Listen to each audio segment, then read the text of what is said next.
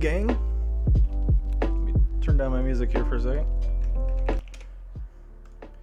Alright, it is Saturday, which means today is Keyforge Day.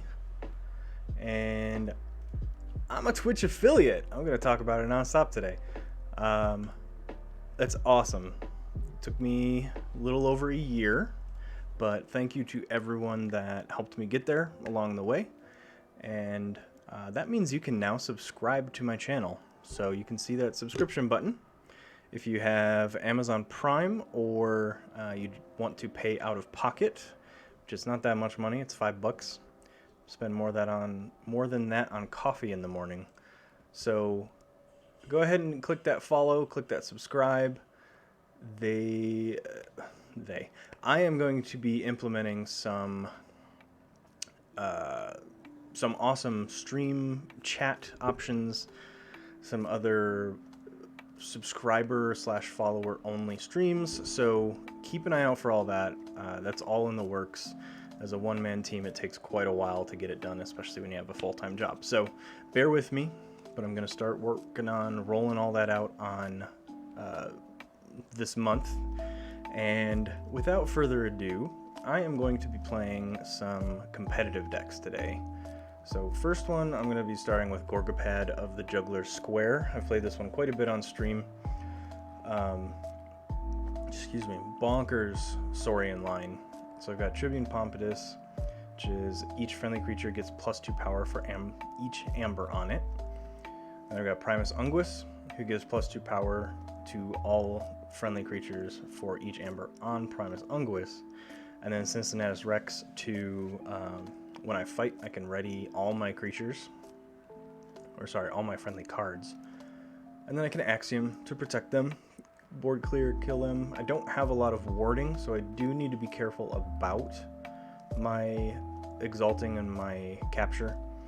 But I do have Imperial Scutum that can help with that. Little weak against anything that can bounce my creatures. But I definitely want to see generally Star Alliance early and then follow with Saurian.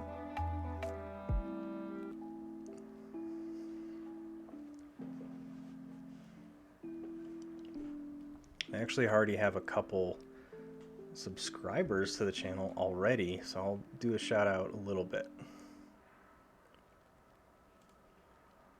once this game gets underway.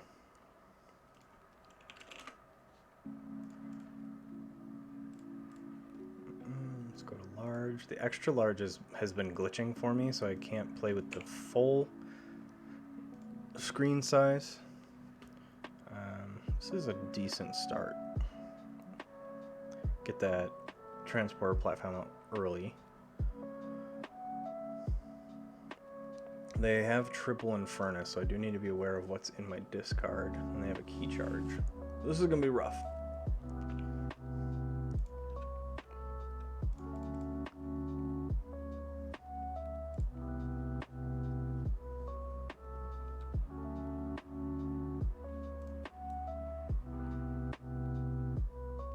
Can't play actions, that's fine.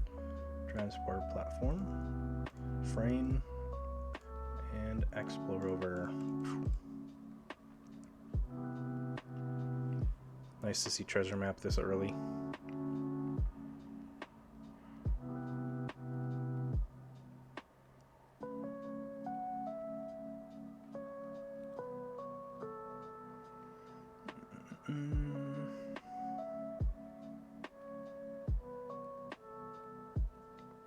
I'm going to do a Star Alliance right now. I'm going to get rid of Spider.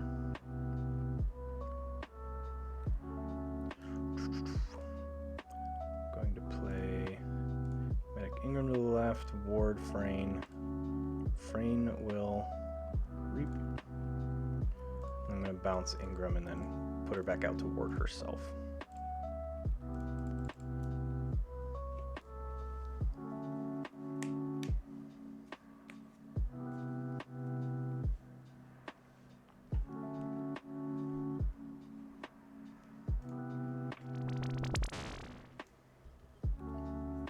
Oh shit!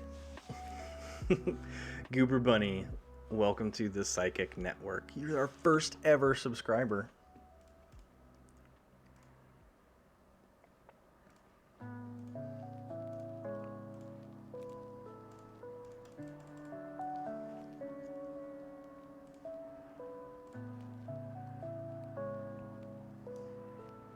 You like that little badge you have, the first? You're a VIP and a founder.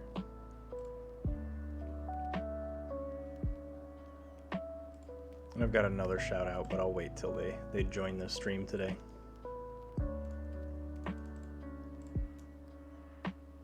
So I'm seeing at 5 of 6, they're at 1 of 6. They do have Roxador out.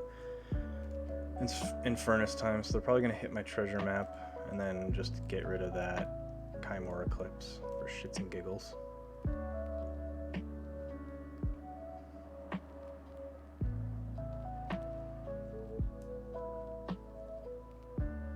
Hysteria, and they're going to drop the Infernus again.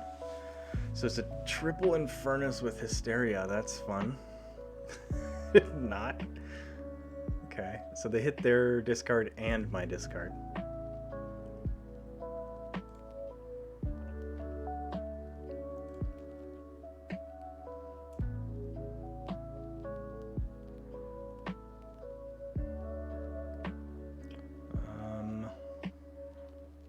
I don't want to use my Star Alliance yet. These Xeno trainings are my big Amber control. So I'm going to go Saurian. Drop a Tricerian Legionary, Ward Medic Ingram, and drop Quester Jarda.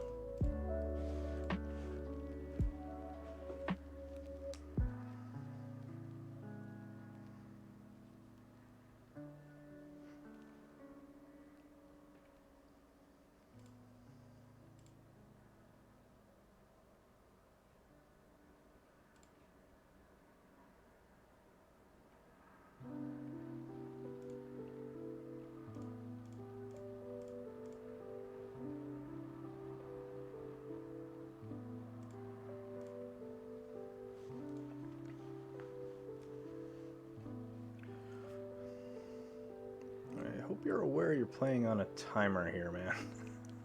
It's so slow. Okay, kill my Legionary.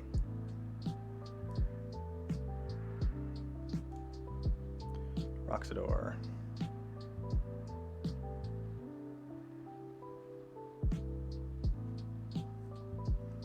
The fittest, okay.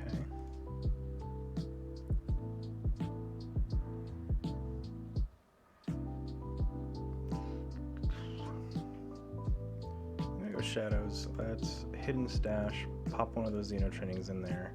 I'm gonna discard Bad Penny.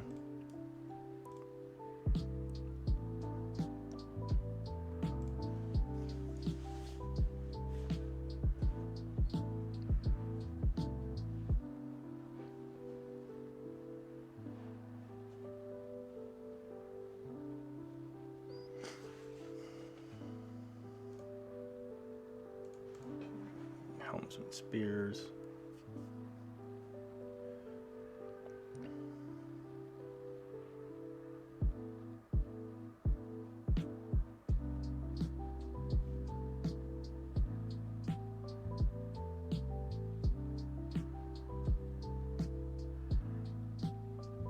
Jesus.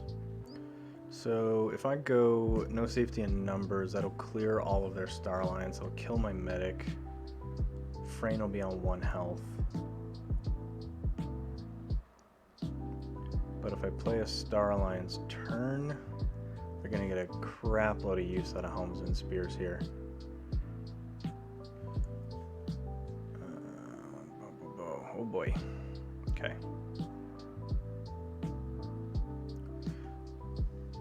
Let's go and go Star Alliance. I will not take my archives because I already have a Xeno training. I'm gonna reap.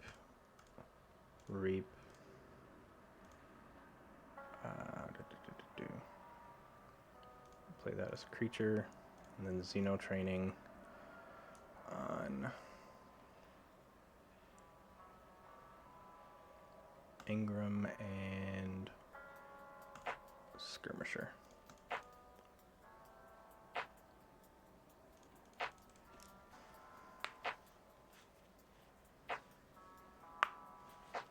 There's my other transporter. I'm getting some pretty wonky card draw.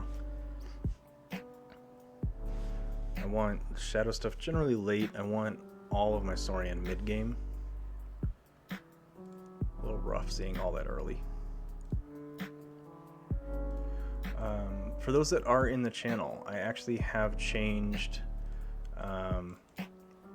some of my chat settings. So all you have to do is be a follower to be able to chat. I took off the 10-minute time limit. So as long as you're a follower, you can chat.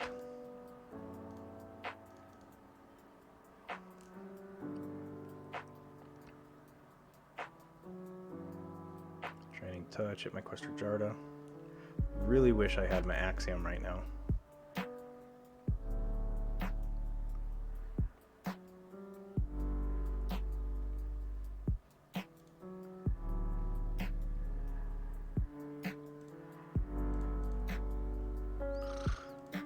Boy. How was that 6 Amber? Oh, Infernus with Morpheus, that's fun. So I'm just gonna play no safety in numbers.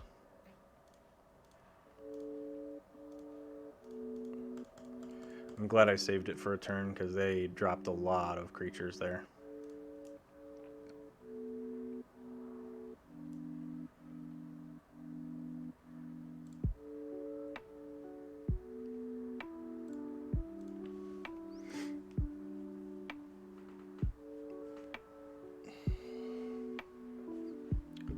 Slow play, Jesus. Alright, double regrowth, they're probably grabbing the Infernus.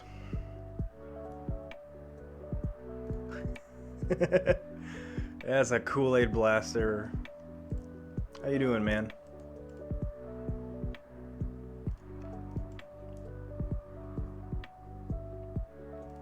It's alright, I'm not doing well in this match, so you joined at a great time.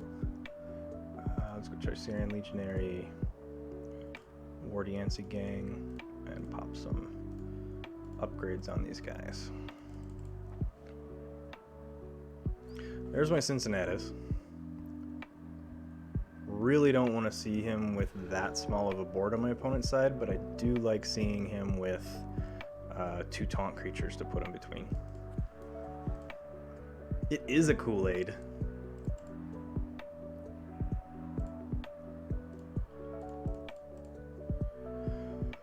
Oh, Jesus. I'm so tired of Infernus decks. Like, it is all you see in competitive queues. And this guy's got triple Infernus with double regrowth and a Hysteria and 2 not finished with you. So it's like, my deck is going to be gone by the time I even forge a key. So there's not much I can do here. I'm going to go Saurian. I'm going to get Cincinnatus out. I'm going to ward him. I'm just going to reap.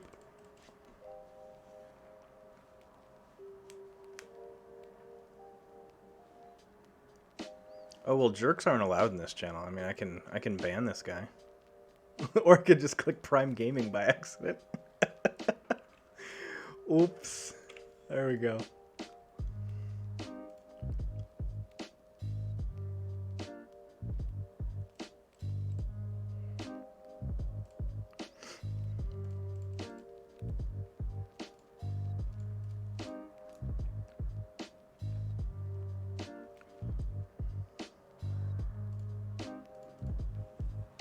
I'm not even gonna get a key this game. This is gross.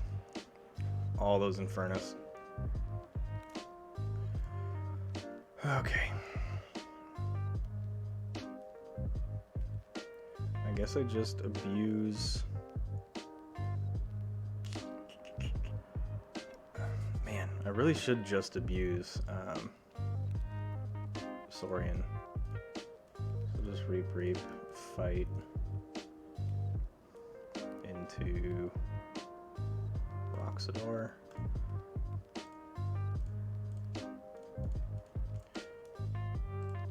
Puts me at 5 of 6 to their 7 of 6 on their second key.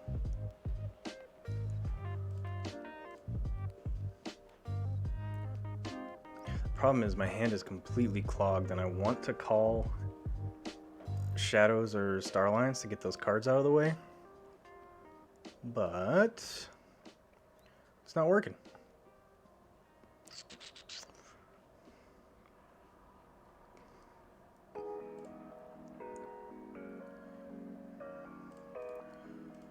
I'm just going to go shadows to get a stun off here. Bren the Fanatic can go ahead and go to the right.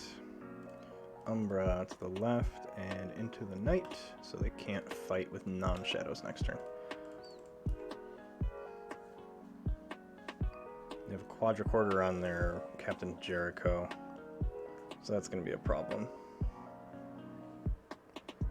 Honestly, my Cincinnatus can just annihilate her, and I can drop a Plasma Nozzle on her to do 2 splash before.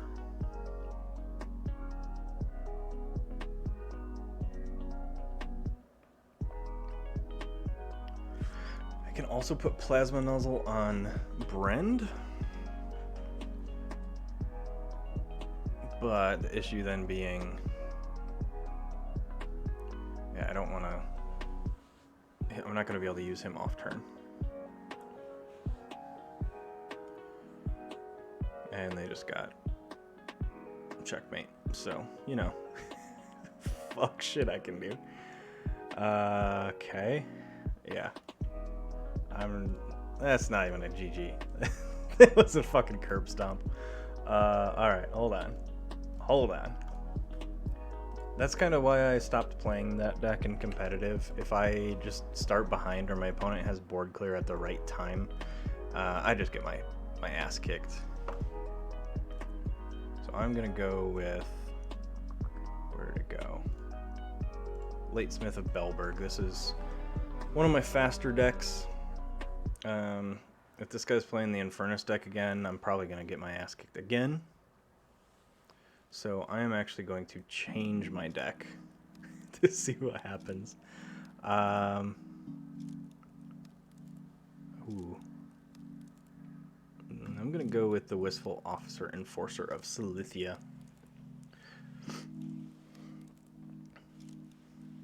This one has some fun janky stuff in Logos and then a nice Saurian house. And you'll also find that most of my good decks are Worlds Collide. I've got a Coda deck in my top 10. I think 6 of them are Worlds Collide. And then 2 or 3 are Mass Mutation. And I don't think I have any Age of Ascension in my top 10. I just got really, really bad luck in that set.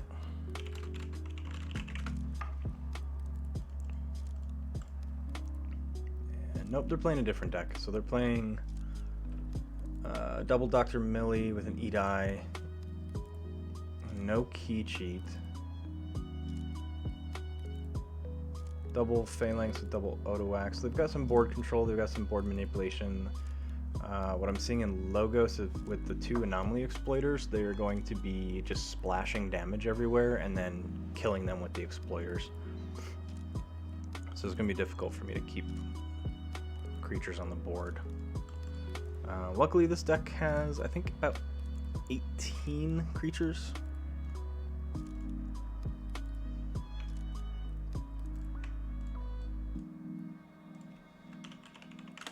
Let's see. Has 20 creatures. I'm okay with that.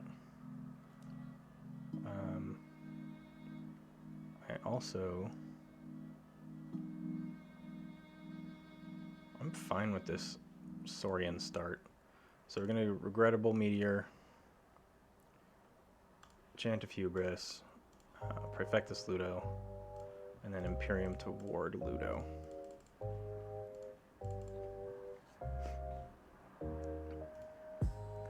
So for everyone that's just joining the channel, welcome to my first official Twitch affiliate stream.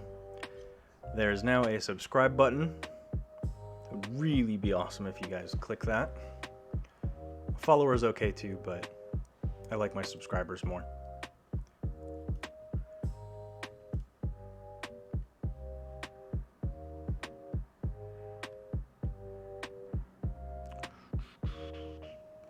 Go Logos. get that card out of my hand and drop a memory chip. I know the Technivore Pulpate's going to get rid of that if I call Logos again, but it is what it is. You can't account for everything on the board, so my artifacts aren't going to get a lot of use in this one.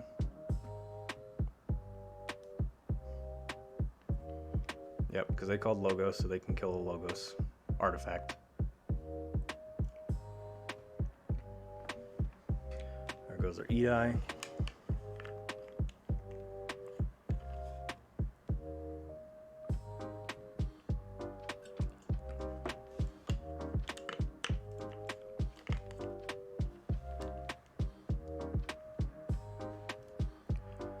That's a crazy battle line.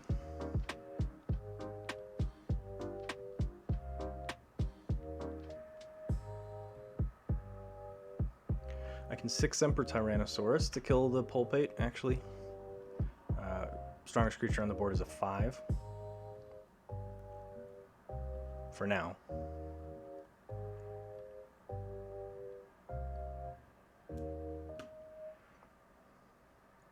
Wouldn't be a great turn, but at least gets rid of the Pulpate. So let's go Saurian. 6 Emperor Tyrannosaurus, hit Technivore Pulpate. And let's just reap. So I'm at 4 of 7.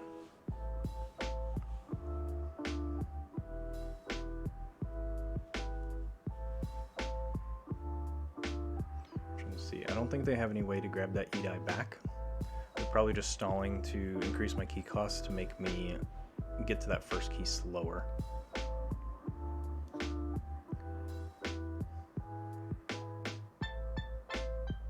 They do have a Tribune Pompidus and a Primus Unguis.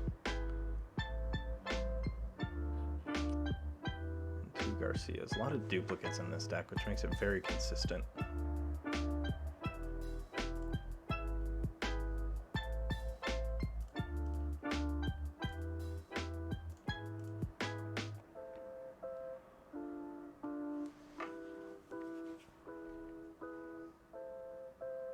Dilophosaurus, Tricerian Legionary, they're going to ward the Dilophosaurus.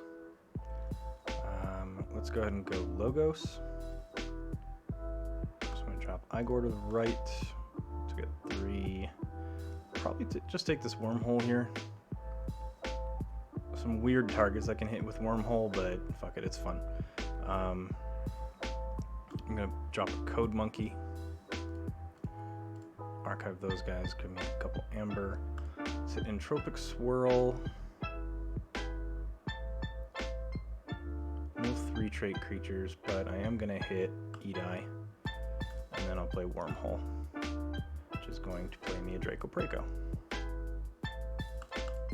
So that was actually a pretty good turn. I'm at check at 9 of 6. And I am lined up to play United Action. So I do have a card from both my off houses available. So my United Action will give me all my Star Alliance will give me my United Action, which will then allow me to play everything else from my archives in hand.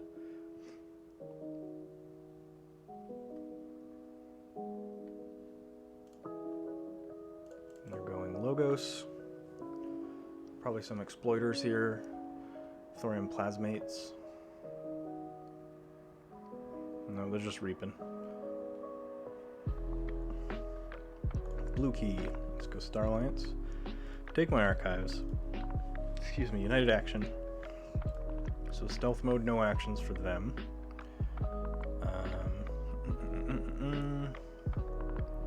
Let's just play Cutthroat Research.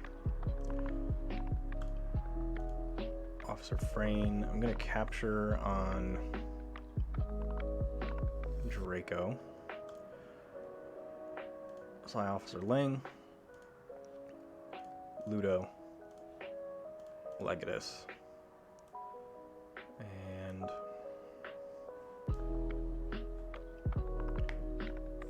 I can't use anything, so actually playing Hisaro this turn is not going to help me, so I'm just going to hold him. United Action prevents you from using cards on the turn you play it.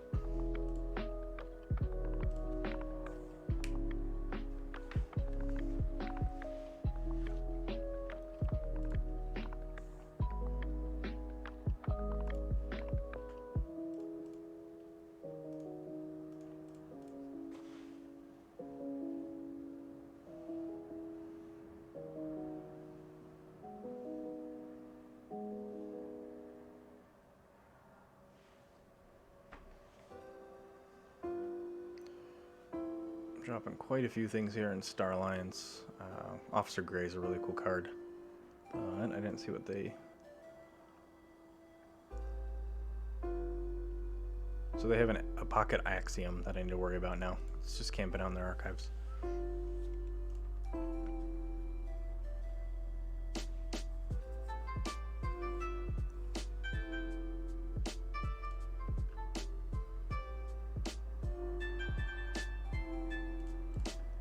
Let's see.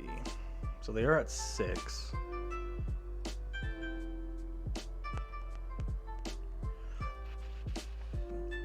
So I just need to be able to reap or fight with Frayne here.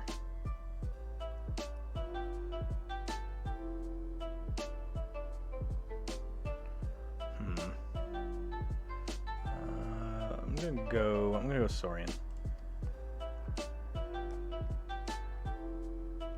let's reap.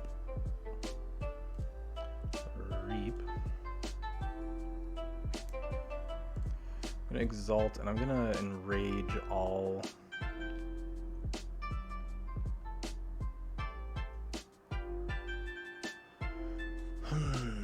I'm going to enrage all Logos.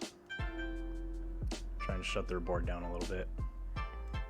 By order Hisaro. Reap. I'm just trying to protect myself from this axiom. And then if I fight with Legatus, I don't think I have a good fight target. Got Gray, I guess. Exalt, ready and use another creature. I'm gonna ready and use Igor and just fight into Legionary. So I'm at check 9 of 6 to their 5 of 6 on their toward their first key.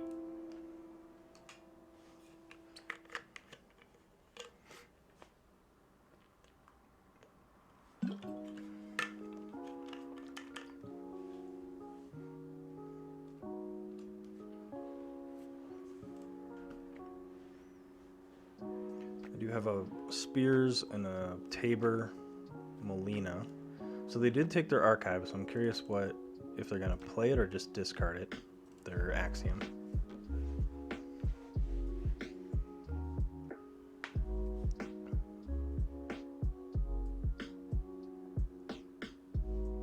There's their Tribune. Their Gargantuan's a 20 power right now. Super fun.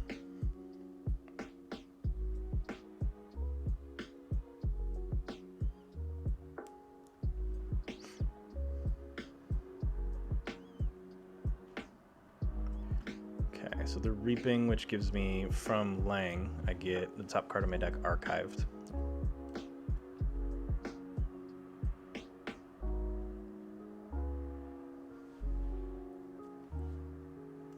It's a Frayne, which I do really like, but I'll probably hold that. I don't know. I don't know if I want to continue exalting.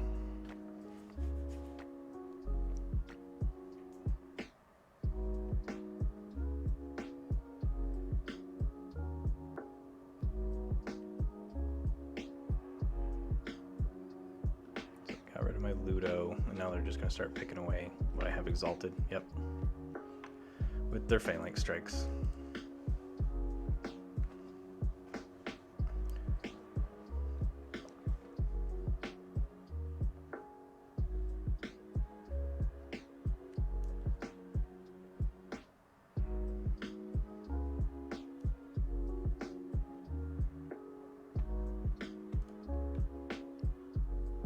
Also have an Order Hisaro,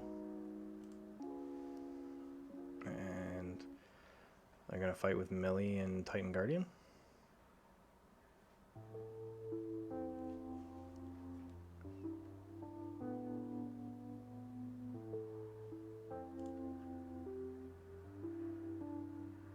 Not really sure what they're planning to do here. The Guardian makes sense because the Guardian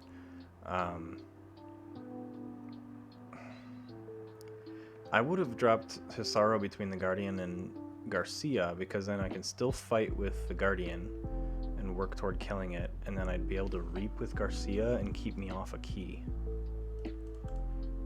but I'm gonna go Logos. No to my archives. Let's go Igor and grab nothing useful.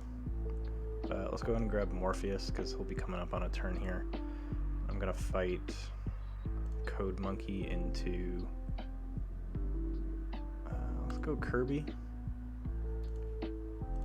Hapsis, and then Code Monkey to archive those Logos guys.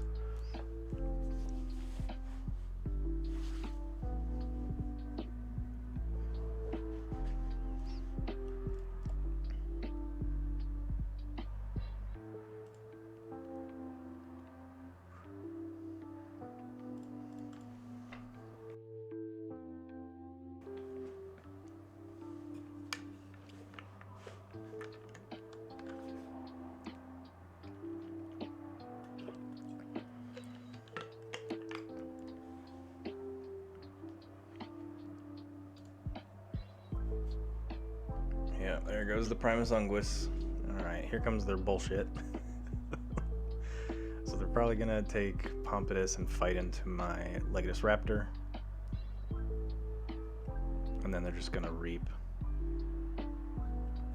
That's what I would do.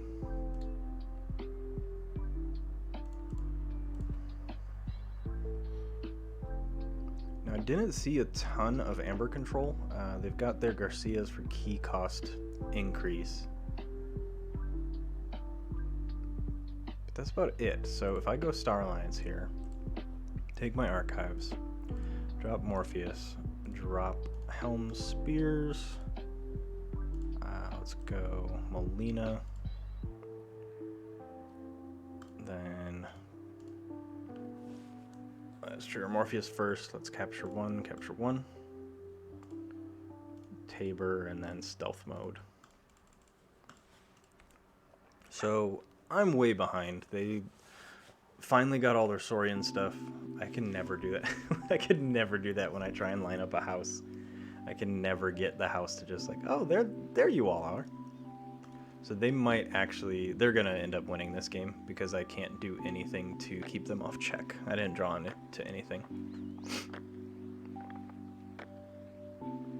I could draw a Cutthroat as I reshuffle from an Igor.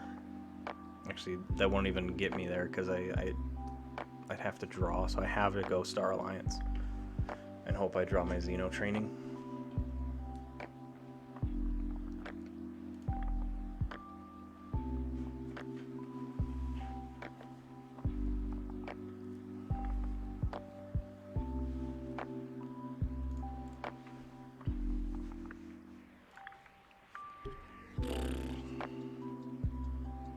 I've never played against this player before, but they've got some powerful decks.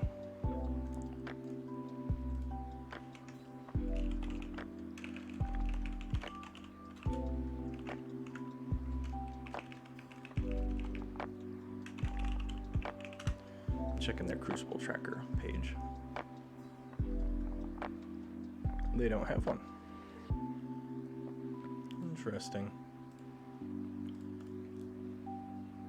They're in Saurian, so they ended up winning.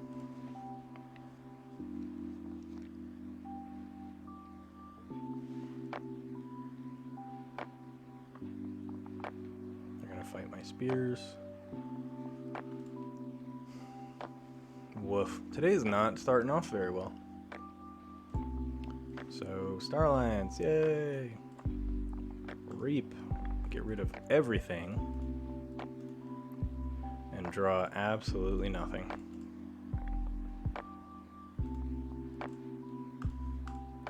Woof. Woof! I'll join that queue. Man, I need to not overthink my deck choices here, so I'm gonna go to Late Smith of Belberg.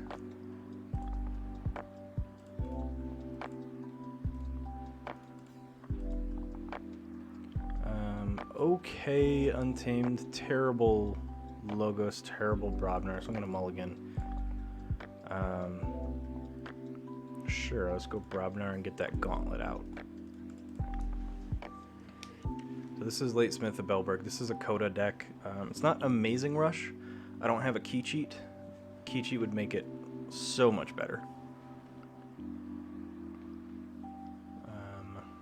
Let's go Untamed. Let's drop the Hunting Witch, Murmook, and then Ink of the Spider. Gonna trigger Hunting Witch first. Stun there. I don't want to give them another card draw, so I'm just gonna Nature's Call and hit these two. Play Murmook again. Play Inca and just end up stunning Demo again. So I'm at 5 of 6, turn 2.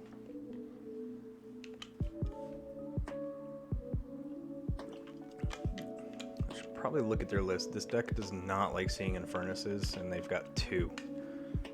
So any Amber Pip Rush deck is hard countered by Infernus. So I really want to finish this game before before they get too powerful.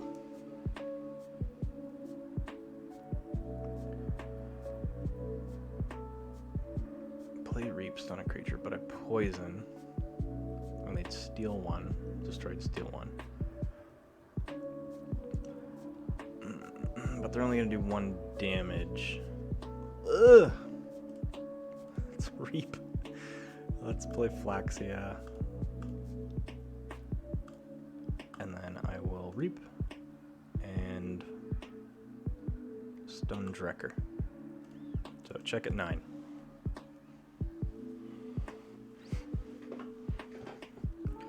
Yeah, both. Well, I've got a Hunting Witch in there. Follow up with a Smith is a really nice turn. Let's see if I can get more creatures on the board.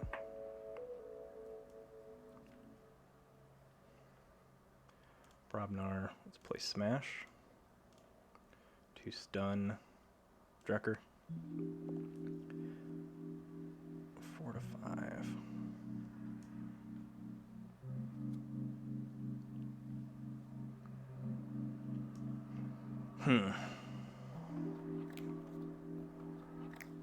Pandemonium. Doesn't look like they don't have ways to get this Infernus back. So I'm going to go ahead and just fight that Infernus.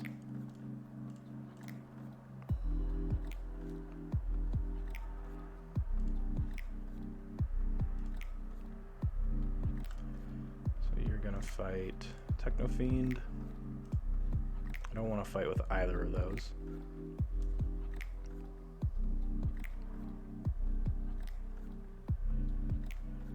Let's go and drop Heap the Huge.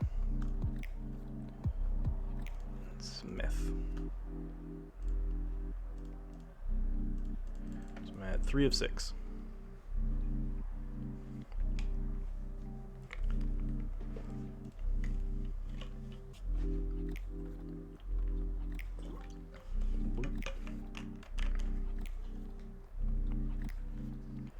And let's go Logos, because that's what I drew.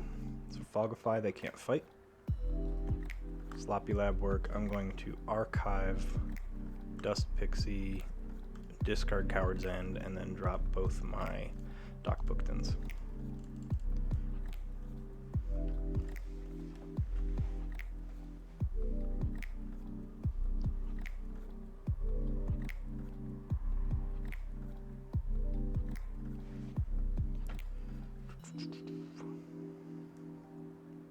They have all kinds of Demo mutants, makes it difficult.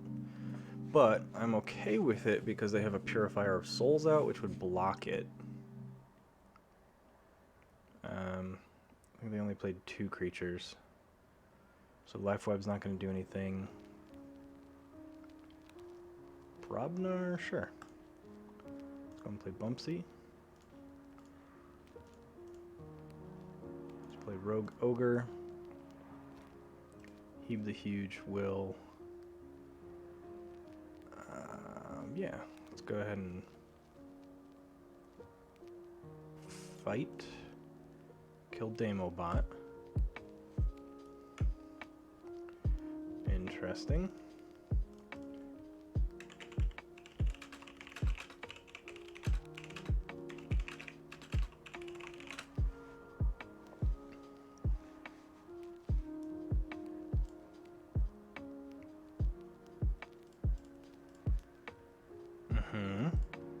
Read your card, man. There's nothing complicated about this.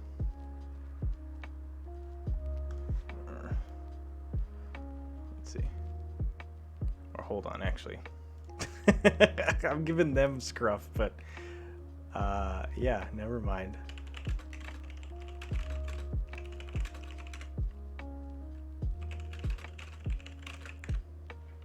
I was looking at my amber, and my amber went up when it died because it had an amber captured on it. It's happy fun times.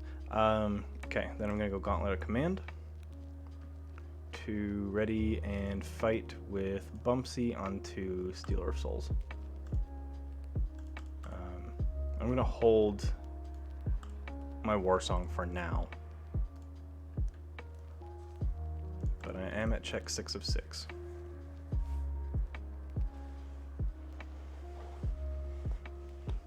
Sorry, opponent, I confused the hell out of myself there.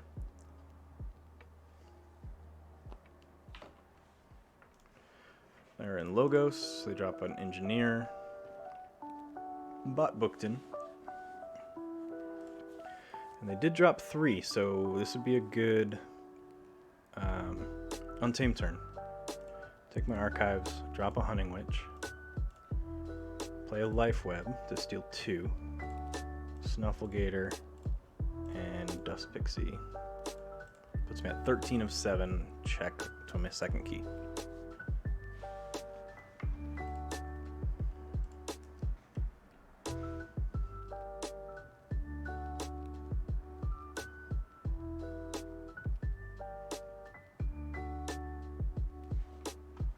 Dropping a Furnace ahead to my Life Web and Sloppy Lab Work.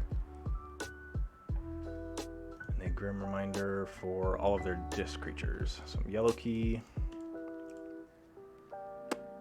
Logos looks pretty good. Actually, because I can hold this Effervescent. I'm going to draw 2 cards. Let's do Logos.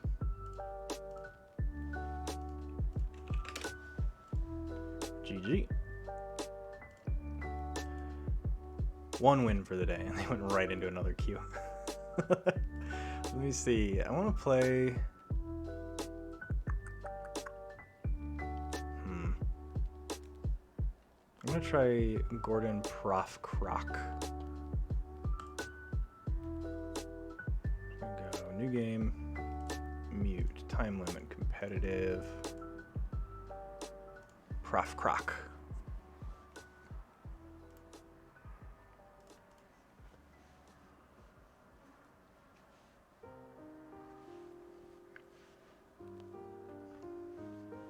See if we get any takers here. We do.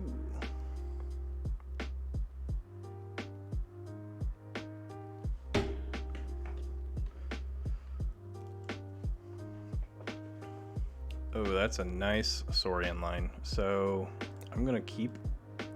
I'm gonna play Dis to start. Get that Inspector out.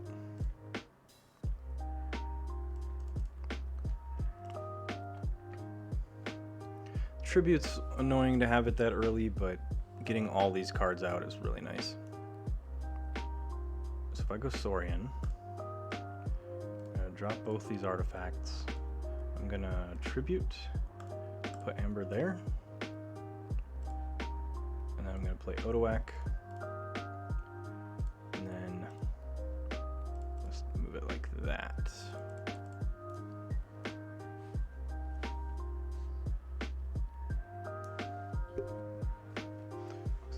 Coda, apparently Shadowy Felicity. Looks like their Mars is the most scary. They do have a Speed Sigil and Shadows. So I'm gonna go with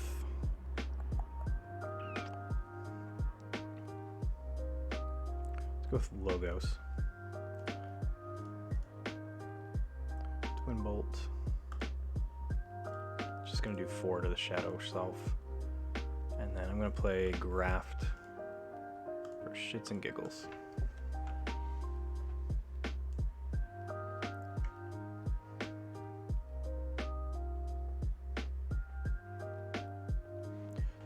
really good turn for a 3 fates. So disc turn.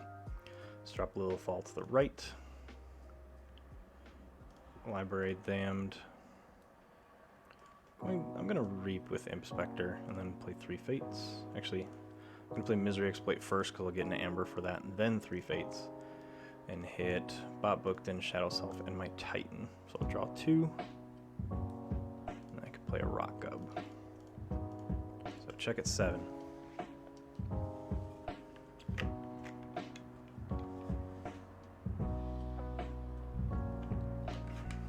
Here comes some Mars.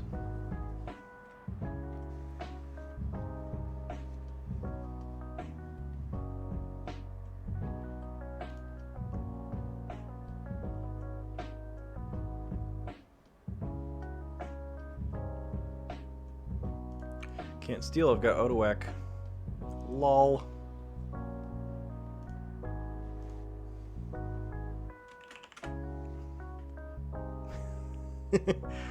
Do. Okay. I'm so glad they played their Psychic Network when they didn't realize that nothing was going to happen. So I'm going to go Saurian. Let's drop a Raider Gallum. Otawak will Reap. Draco Preco. Phalanx Strike on Ixley Marauder. And I'm going to Exalt Lilithal to, should I hit Naughty, or I don't want to give them a buff engine, so I'm going to hit Zizix.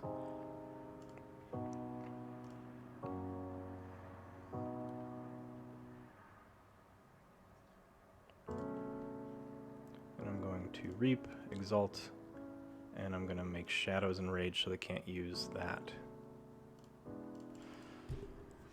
What's up, Orion?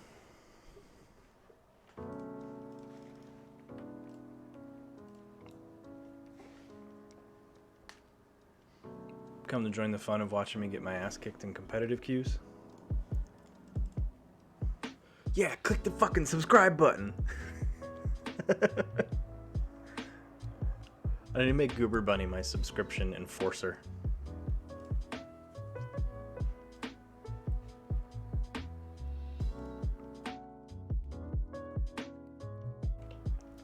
I hope you've been sanding a table because it's going to be a Keyforge table.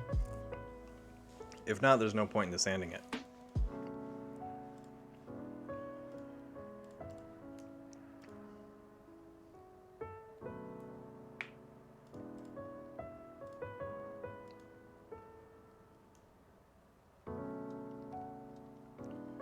Nine of 9. Blue key. Let's go.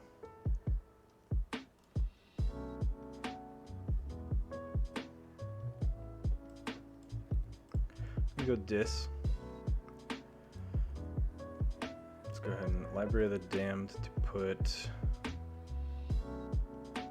Babbling Bibliophile in there. Then I'm going to play Lilithal. Then I'm going to play Lilithal. And I'm going to Reap to capture 1. I'm going to Exhume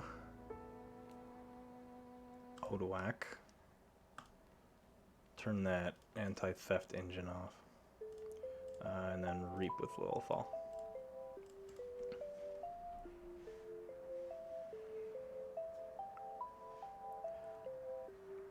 Hey, making friends is important, right? If sanding a table gets you friends, those are some weird friends, but it works.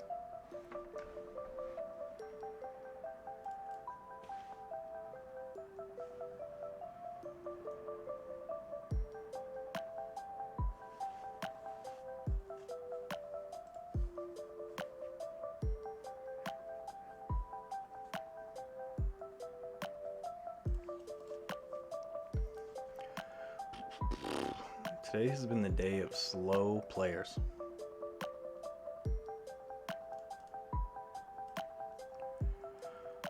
This is its first. The more I play this deck, I fucking love it. It's weird. It's a weird list, but it just does so many things well. that it's been doing work.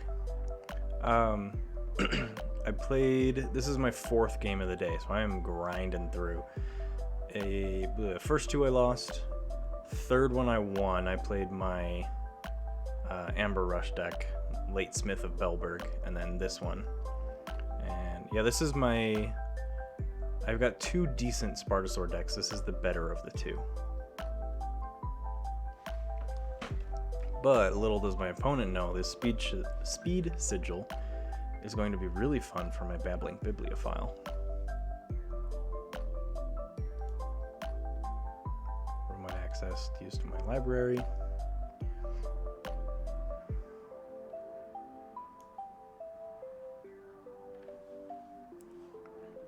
Logo, stake the archives, drop the bibliophile. Reap, draw 2. Automaton, candle unit. Nothing has at least 2 neighbors, so nothing's gonna get hit. I guess the automaton does, but it doesn't matter because he just heals and moves over. And then why not? Let's play that. Get me at 6 of 6. Big board. A big board. This is the kind of situation where I would not play a Spartosaur. Most of my board is not, well, I made that choice easy. Most of my board is not dinosaurs, so all they would have to do is kill like my Babbling Bibliophile and my entire board would disappear. So I do want them, they're gonna use this John Smith Reap nonsense, so I can use this candle unit at least twice.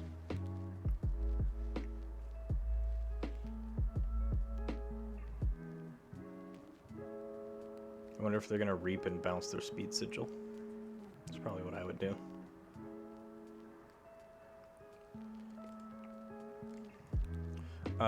While I'm waiting for my opponent to finish their turn, so I've got channel points now. Irradiated Amber, because Martians. Make sure you save those. There's not a lot of options right now, but a little spoiler alert. I am in February going to be starting. Fridays are going to be fan or follower fight days. So I will take challengers, and my challenger gets to pick the format, gets to pick obviously the deck that they're playing, and we'll play on stream. And it'll cost you some channel points to throw down the gauntlet, but it won't be that expensive. I mean, if you watch one stream, you can probably challenge me to 2 or 3 matches from that stream's Amber. And yes, so you can earn Amber if you're a follower at least, but if you're a subscriber, you get a 3 times bonus. So when normal followers would just get 10 points, as a subscriber, you'd get 30.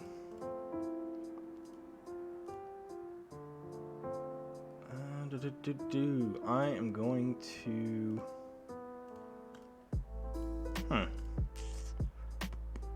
Let's go ahead and play Saurian. I'm going to bump Tricerian Legionary over there, or that. I'm going to play a Spartosaur anyway. And then I'm going to play Legionary over there and ward my Candle unit. You're gonna Reap.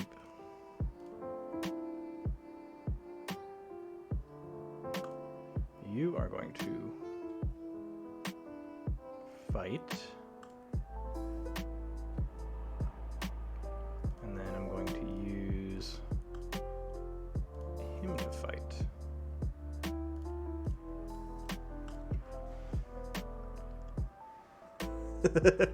Yeah, Goober Bunny has the founder tag because Goober Bunny is amazing. And I was waiting for him to join the channel, but I'm just going to do it anyway because we're an hour in. Mortivis has also joined the Psychic Network. I realize that text is really small, so I'm going to figure out how to fix that.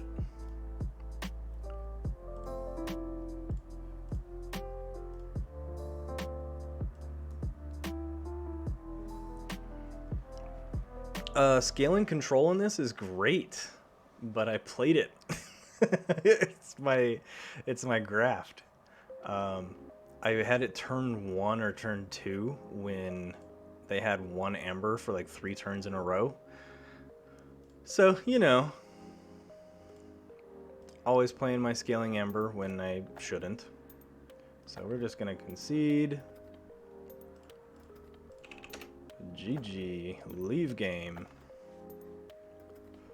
Donuts, Dad. I'm just hopping in every possible game I can. I'm gonna go with my Goswami deck. This is one of my newer Worlds Collide decks. It's got Disorion Star Alliance. Tertiate's really cool in this one. I also have Harvest Time and Wretched Doll.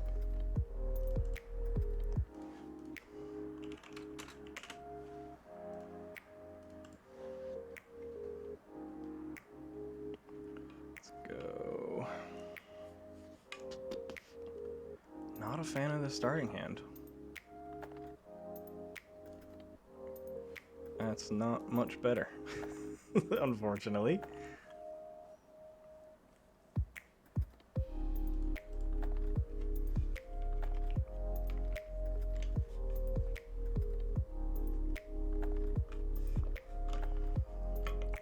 Let me go. Let's play Saurian. Let's get that Stenopius out.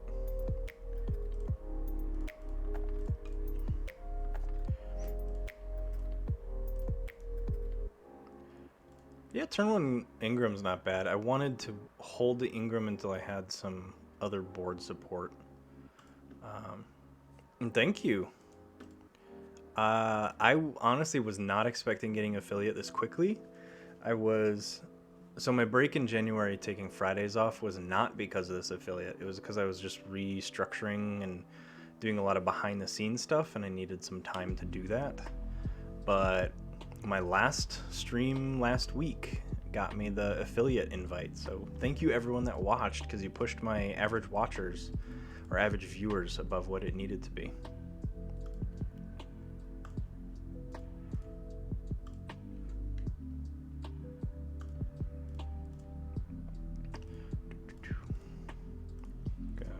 I hate having 2 Ollie's. They're really annoying.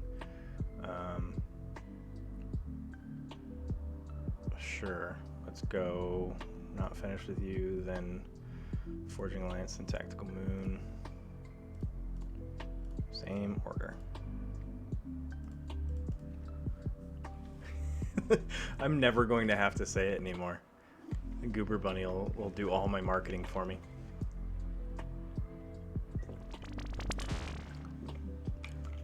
Orion, welcome to the Psychic Network, man.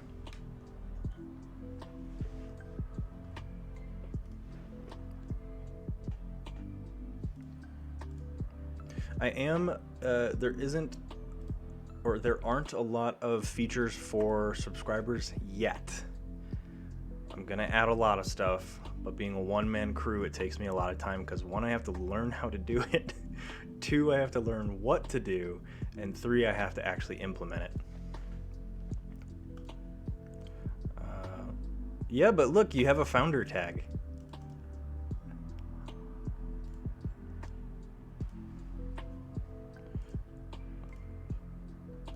I'm going to go Star Alliance. I'm going to Reap with Ali. Put Adoran at the bottom, then Invidious, put Platform at the top. Let's go ahead and move my opponent's line. I'm just going to put Kirby on the right, because why not? Hey Mortivis, you just joined a little late. I'll retoast it. Mortivis is part of the Psychic Network. Thanks for subscribing, man.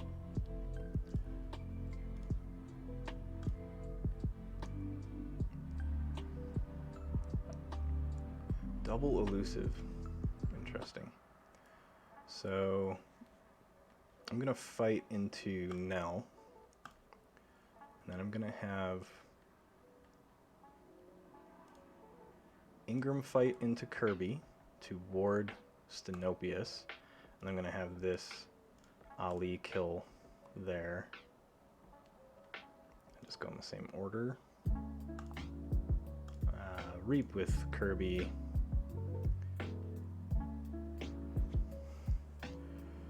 Oh boy. Let's go Imperial Scutum on Stenopius. And I'm going to hold Forging an Alliance. Oh yeah. Well, see, you can't hide it though, because it just camps out in my my feed filter. And thanks. It was a long, annoying road to affiliate. Goober can attest to my frustration with it and just trying to rack my brain of how to get to that landmark. It would be awesome if I could get to partner, but I don't think I'm ever going to have that much free time to stream 3 days a week every week. And I think I need, what, an average of 500 viewers a stream or something? It's ridiculous.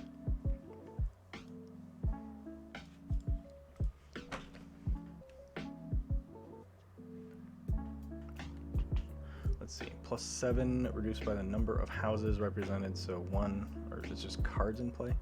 So 1, 2, that's 2 houses.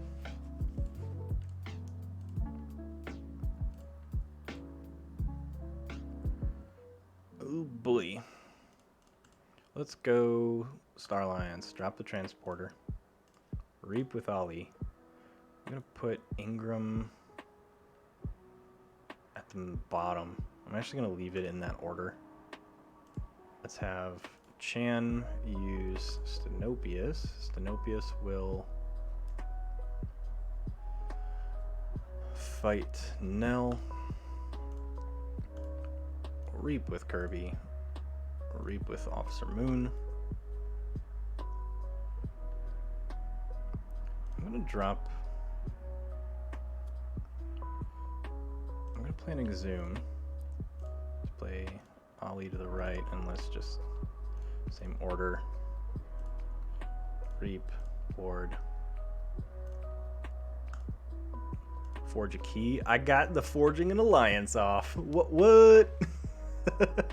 I did it!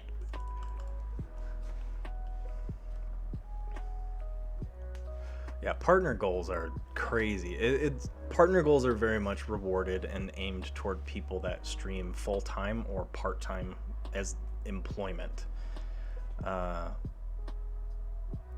so I don't have the ability to do that, nor honestly the desire. I'm not that good at behind-the-scenes stuff.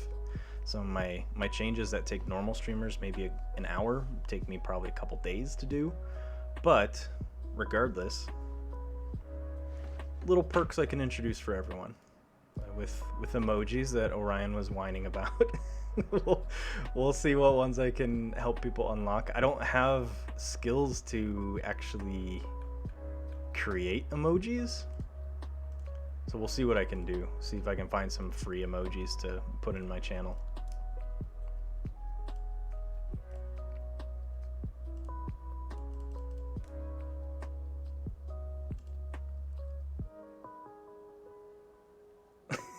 Whining is a strong word.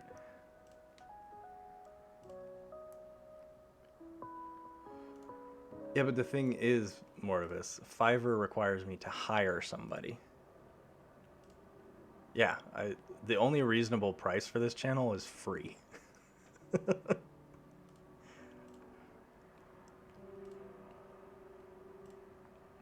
Ooh.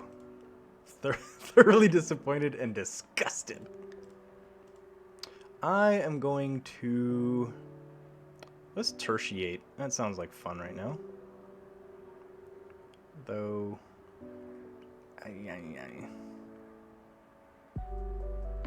That's Saurian. Tertiate. I'm going to kill 2 of them, so I'm going to kill... Don't want Damosaurus to die, so I'm going to kill... Galiotops and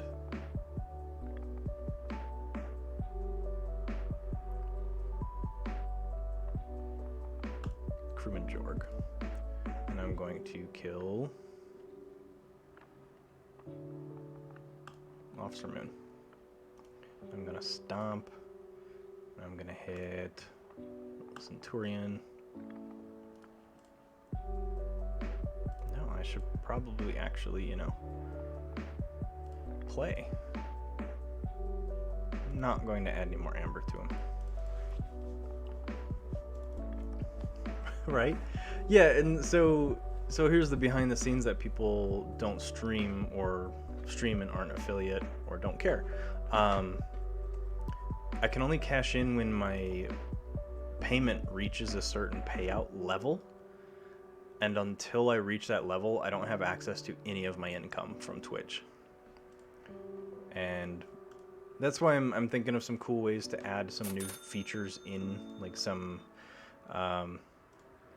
chat stream or some stream. What's the word? Oh shit! Thanks, Mortivis. What? I totally missed it. I was sitting here milling around my head. I'm like, what the fuck is going on? Anyway, so I lost my train of thought. Now I'm just gonna refuse to buy an emote on principle.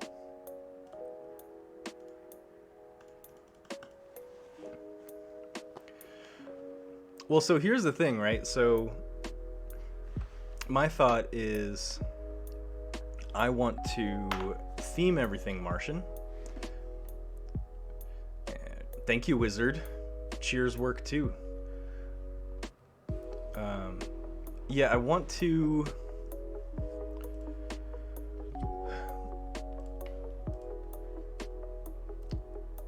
I can't put my thoughts...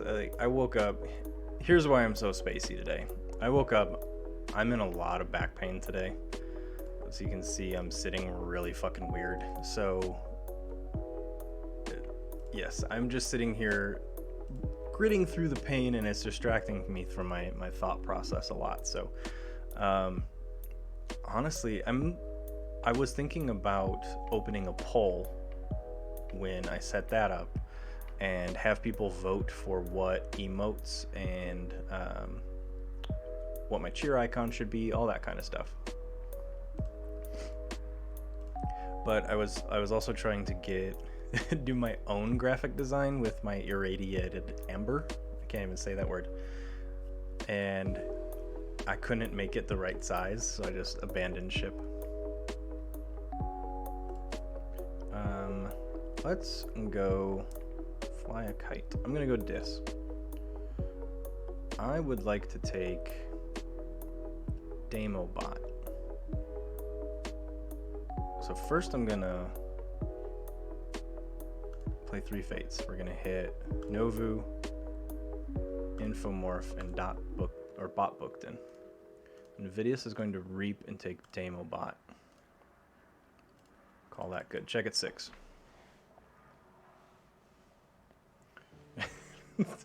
I need to write all these ideas down. Everyone's throwing all this shit out, and I'm like, oh, I'll remember it. No, I won't. I'm gonna write everything. But I gotta scroll back up. Mortivis insists that I buy an emote.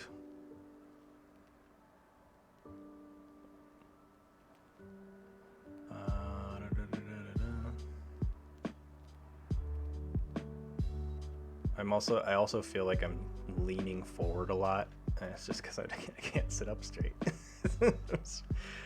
Oh, don't ever get old, people. Don't ever get old. Invasion portal.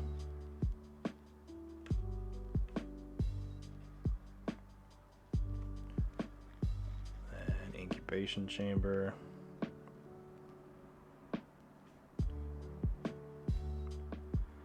I think another emote that would be really great is Compod.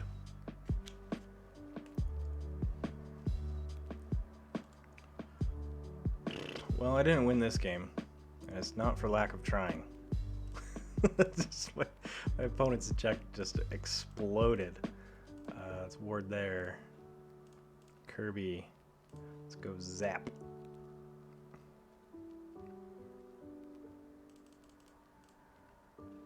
blah, blah, blah, blah, blah, transport platform.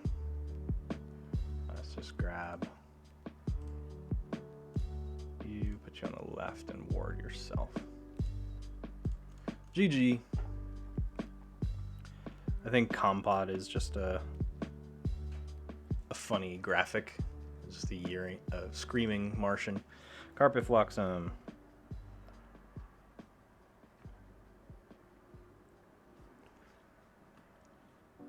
Stim Rager.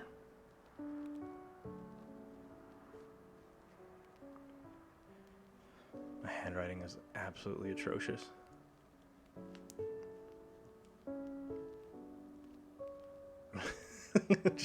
Trying to get through all this stuff here. I really do like the Martian generosity idea for the tip notification.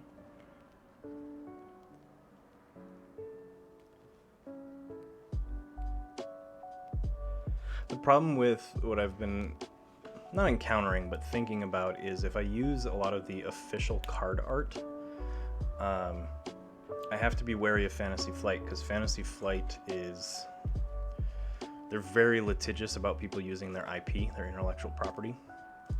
So I need to make sure I do my research about if I use those card graphics on stream, will they require that I pay them for the use of it?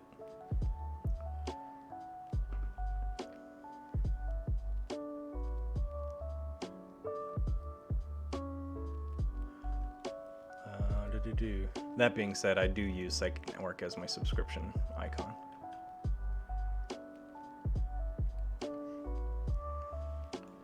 Ookslicks.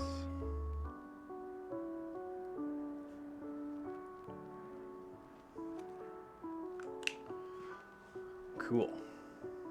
I'm gonna play a new game and forget that I did anything in the last one, because it's like I didn't even play. The problem I see when I play online, I'm playing decks that I really like, that I have a ton of fun with, but the problem is there are just so many potential opponents that I can't compensate for what the potential meta might be. So I have to play a deck that is ready to really face against anything. And the problem that I face is, excuse me, I don't have a lot of decks that are multifaceted.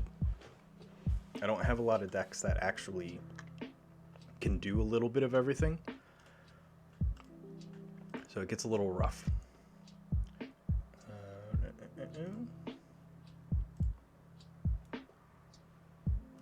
Good old Duskwitch. So this feels really bad, but it works. We're red alerting that Duskwitch. Then we're gonna play stealth mode and teleporter platform. I'm gonna keep that quadricorder.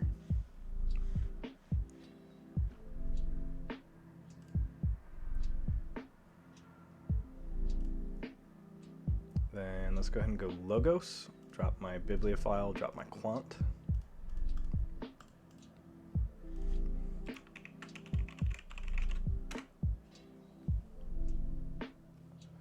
Just trying a couple. Let's see. Let's go Logos. They're letting me use it, so I'm going to use Bibliophile because they never get use. Hapsis, and then Groupthink Tank. Let's Reap with Quant, and I'm going to play the Fittest.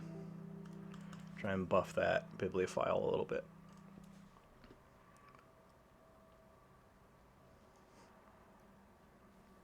So I am also going to be adding stuff to my Twitch about me and description page. So there's going to be a leaderboard up there. I think it actually already is, but it's only for Amber. It's not currently for Cheers. So keep an eye out in the next month or so. There's going to be stuff steadily rolling out on both pages, both my page for Twitch as well as the back end for me. Nudge, nudge. I'm working on some Crystal Hive merchandise, so keep an eye out for that stuff as well. I am going to I'm gonna play Star Alliance. Protect Quant. Give Quant an upgrade. And I'm gonna put Quadricorder on Taliga. I don't want to transporter platform because I don't get a benefit of anything.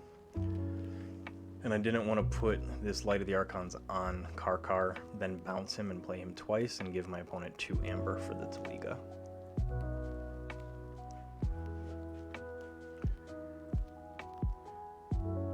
Blue key, let's go Untamed. I'm going to play Mustic Murmook, hit Taliga. Oh, hold on.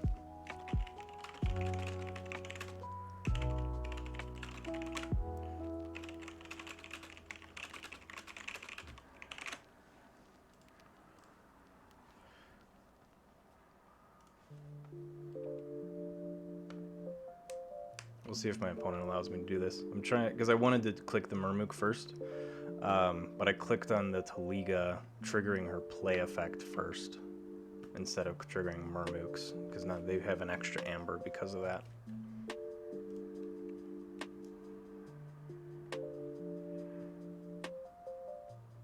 I'm not quite sure my opponent's going to allow me, or they just don't speak English because they are using an Italian deck.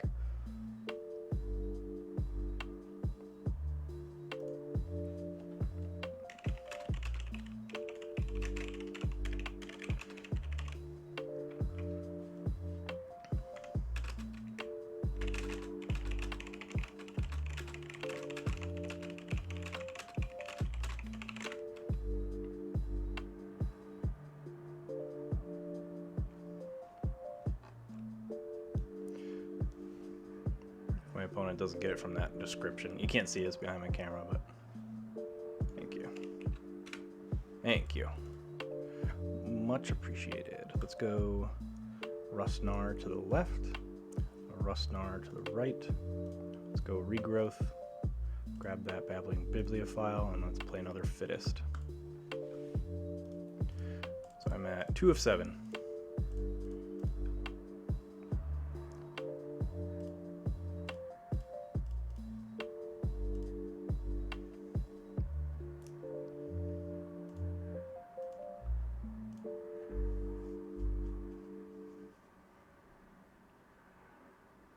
Quixelstone, I hate I cannot play Quixelstone properly, is my problem. And I'm not gonna throw away this graft. I'm gonna save it.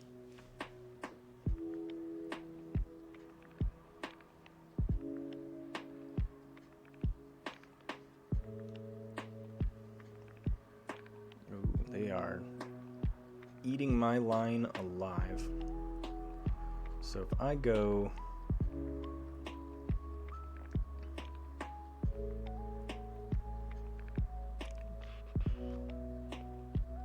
I'm gonna go Star Alliance. I need to get rid of this Collector Worm, but I also need to get rid of Glixel. Let's play Kirby to the left.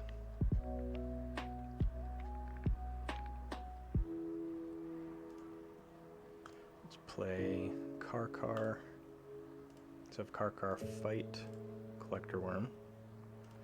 I'm gonna bounce Karkar, and then I have Karkar go over here. Put Light of the Archons on. Let's put it on Hapsis. I'm gonna discard Quixelstone.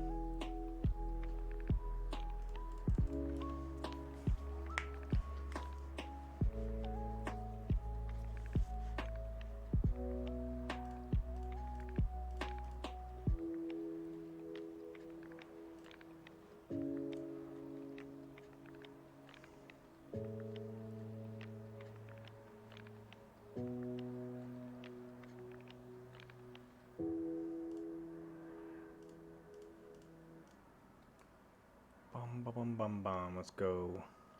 They have elusives. They have 1. I don't have any, so that's nice. So I'm gonna go Logos. I'm gonna Reap with Quant. Use Quant's ability first. Let's play Perilous Wild, kill Archimedes. Let's drop an E-Die. Put that Graft in there.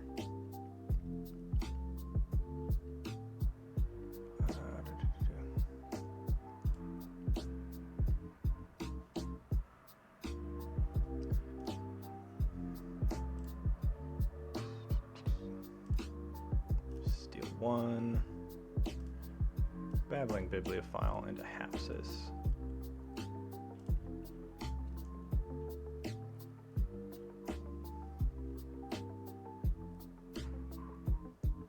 Question is, do I want to kill any of my creatures? And the answer is probably no.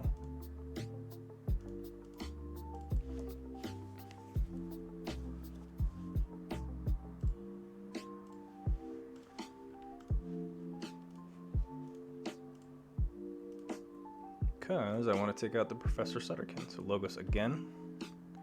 I will not take my archives. I'm going to go Entropic Swirl.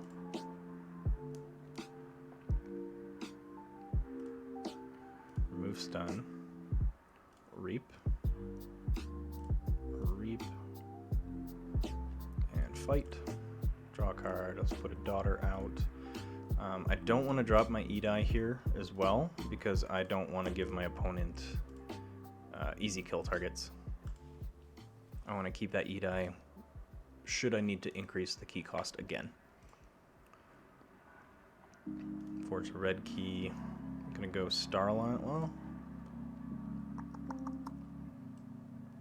trying to see.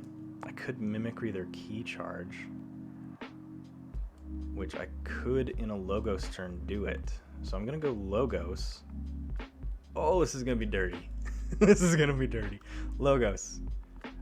I will not take my archives. Actually, I will. It's going to give me an extra amber.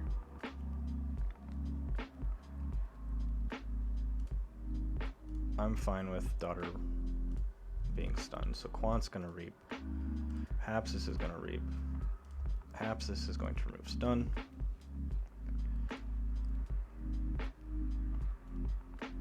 Oh no, I'm going to be one short, aren't I? I'm going to be one short. I'm going to be one short because of my fucking Murmook. Okay.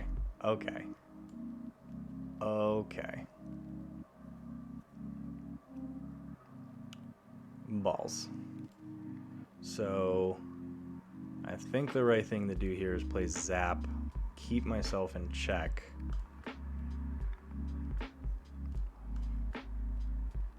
Yeah. And I'm gonna hold E-Die still. If they take me out of check, then I can key charge for the win. But they grabbed their archives. Did they? They did. They're going Mars, so they probably got a really good battle fleet here. They have Key Abduction, or they don't have battle fleet, sorry. They have Martian Generosity and Key, so it's a good old, what was it?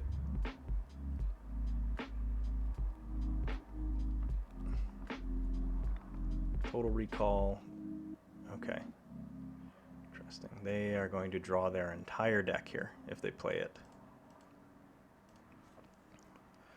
Which, unfortunately, depends on how much they play. If they're able to play their entire hand, this key charge is going to get shuffled back in. If not, I have access to it still.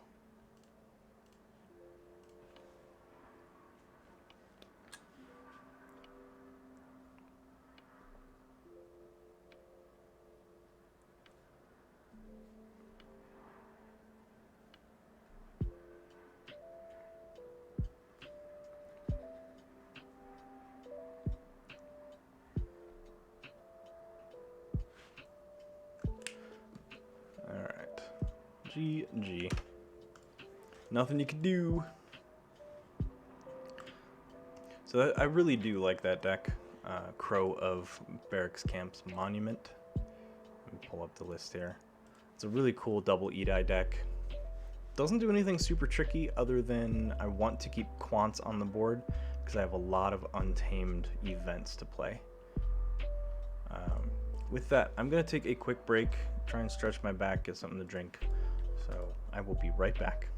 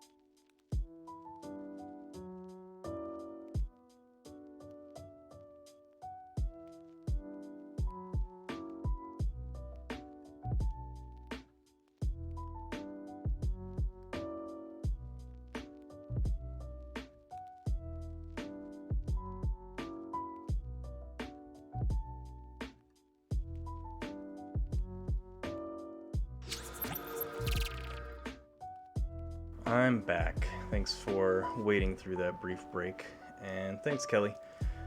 I don't have a ton of back issues. Just one, need to buy a new mattress, honestly. But really, it's just I slept really weird, and I was tossing and turning all night. So I think just a combination of a few things made my back very, very sore. And it's slowly getting better as the day goes on, but still sucks to have it happen in the first place. I'm gonna mute spectators, use time limit. I clicked casual. There we go, competitive. I'm gonna play Yuli, Temple Priestess. I've been having a ton of luck with this card, or this deck.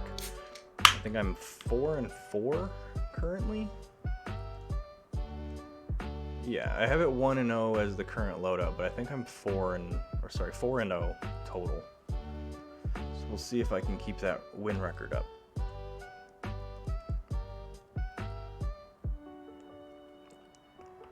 That's a gross starting hand. Gross meaning I actually do like this Logos line, but I have nothing to populate the board or do anything worthwhile.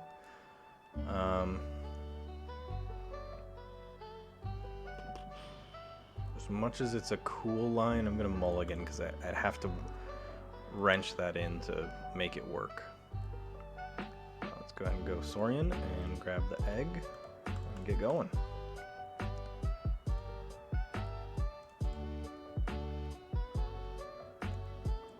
So this is a mass mutation deck. Has 2 enhancements, and that's about it.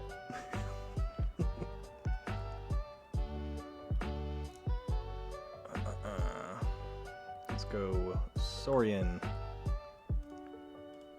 Play the creature out. I'm gonna have it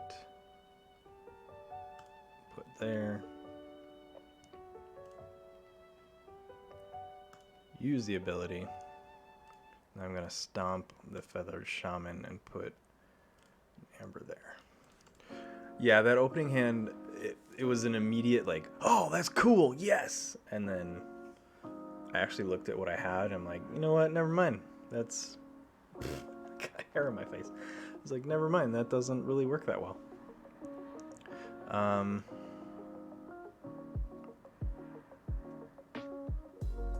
Plasma Nozzle, I gotta get rid of that Plasma Nozzle. But I can only do 2 with Entropic Swirl. I'm gonna go Dis. I'm gonna drop the Wretched Doll. Grim Reminder to archive. Or sorry, capture 1 on there, and I'm gonna archive my Logos cards. And we'll see what the egg can do. Nothing. Gets rid of my Hedonistic Intent and my Lethal Logica.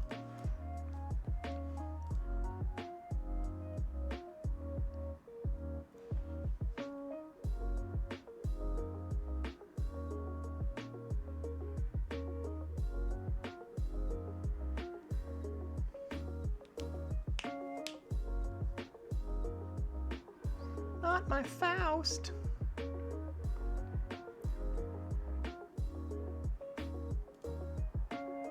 Transporter platform, alright. So... again, all these single trait... I fucking hate Star Alliance. There's so many single trait creatures. So we're going Dis. We're gonna drop Infernus. Opponents hit those because they both got pips. Let's Wretched Doll that Lang.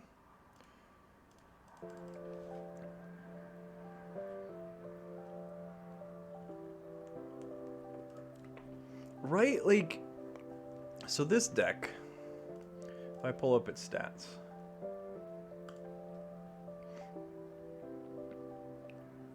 give me a sec because the internet, there we go. Has 15 creatures, so it's not going to fire too often. But my Saurian list has 6 creatures. So 50% of the Saurians that 50% of the Saurian list can trigger off egg. But it gets to a point where I want to see a lot of my Logos and my Dis, and I'm not seeing them. So I don't want to keep hitting the egg to cause myself to discard cards I want.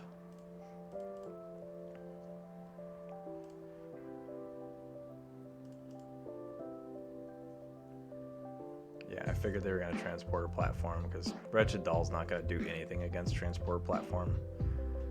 If they call Star Alliance, we're just going to pull whoever's marked and put them back out. So I'm going to go Logos, take my archives. We're going to start with an Effervescent. I'm going to play a Q-Mex, draw an Implosion, which is okay. Draw a Smoko. And I'm going to play Entropic Swirl to hit.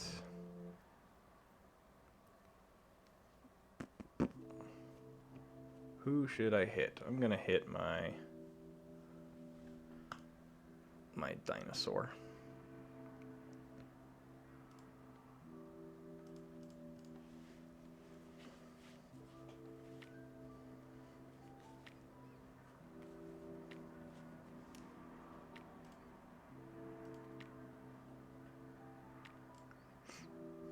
Yeah, I've got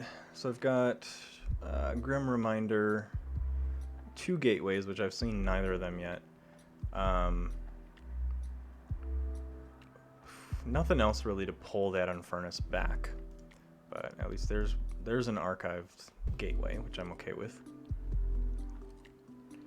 But I'm gonna go Saurian. Not take my archives. Let's go Monument to Faust. Consul Primus. Consul Primus.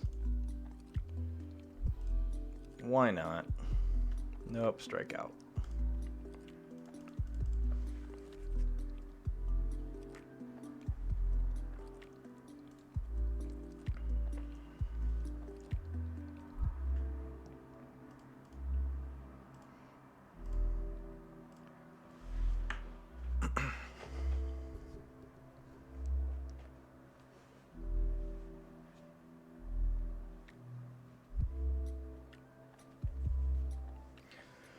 Oh man.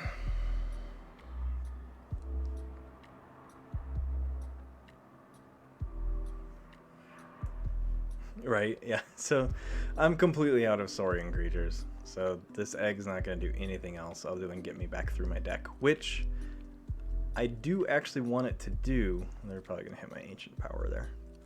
I do want it to do because then I can get my Infernus back. So there is still use for this Saurian egg to help me get through my deck faster to pull that Infernus again.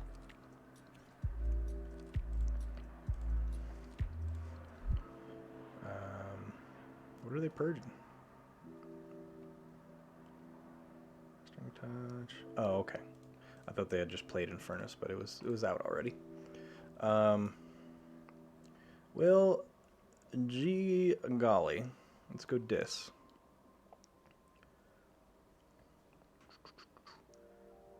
Sure, I'm going to take my archives. Going to discard Curse of Vanity and Daughter. Do I want a gateway first? I'm just going to Implosion. Hit QMX, hit Bloodshard Imp. Then I'm going to Gateway, Invidious, and Bonesaw. And Bonesaw will reap. And I'm at 5 chains. Feels great.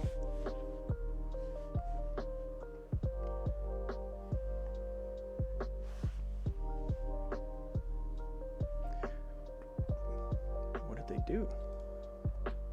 Draining Touch. Oh, they kill Nvidia. Stupid. So stupid. Bum bum bum bum.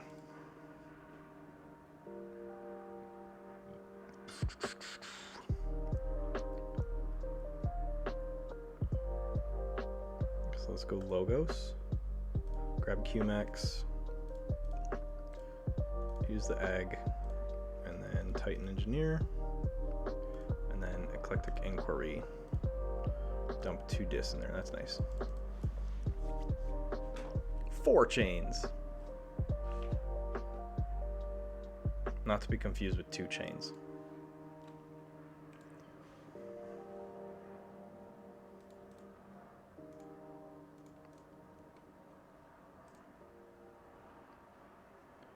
Alright, they purged my Infernus, so can't rely on my Infernus. Get my blue key. They're at 7 of 6, so I'm going to go Saurian. And not take my archives. Let's grab Faust to exalt there. And then let's play Dreadbone Decimus to exalt and kill Molfin. I think their key costs 10.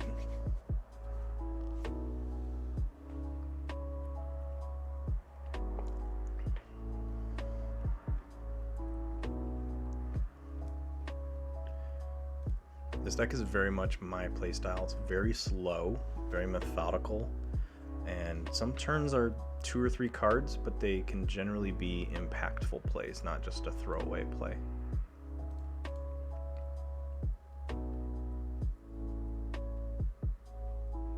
Book of IEQ is up. That's one card. I don't think I have a deck that has IEQ.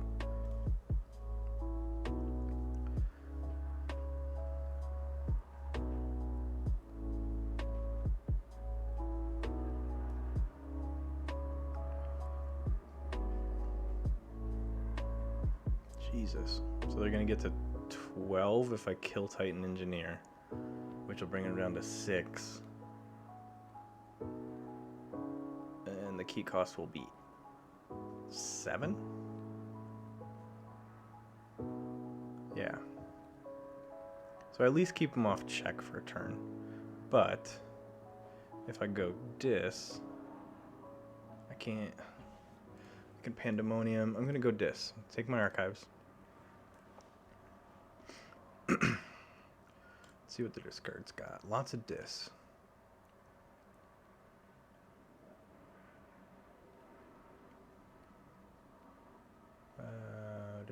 Star Alliance is 1, 2, 3, 4, 5, 6, 7, 8. So I'm gonna Mark of Dis them into Star Alliance. Dominator Bauble. I'm going to double Doom this Piranha Monkey. I'm gonna Wretched Doll Walls and Pandemonium. And then Bonesaw will fight. No, they got Cloaking Dongle, so Bonesaw's just gonna Reap.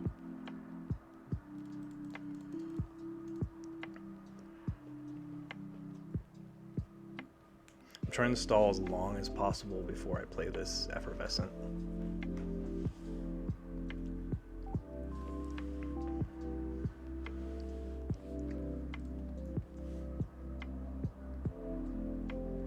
They have so many upgrades. They're just gonna Reap and get to 11. And I locked them in the Star Alliance, and I was just talking about it. They have a book, so they could play more than just Star Alliance. Yeah, they're gonna platform, drop all those upgrades again.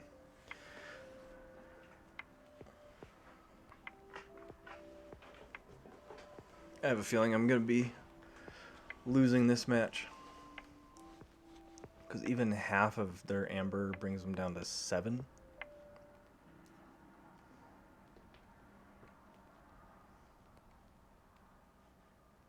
And they Book of IEQ into Untamed. So then here comes Piranha Monkeys.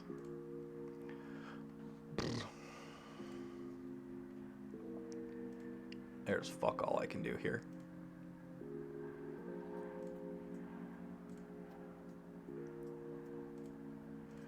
So, Logos, Effervescent, QMX to draw a card, not going to help, but Discombobulator, put that on Bonesaw, and then, who has Elusive? He does with Neighbors.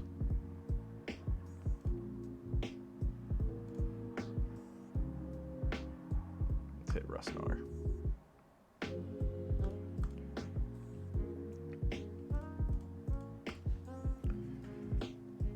Bonesaw. Yeah, I'm spinning my tires. There's nothing I can do. They're just gonna pop all this stuff back. 2, 3. Yeah, I'm just conceding. Nothing I can do. This is what I get when I play competitive queues. I just get absolutely stomped because I don't have a deck that can answer everything. And somehow I always play against 1 or 2 of my weaknesses.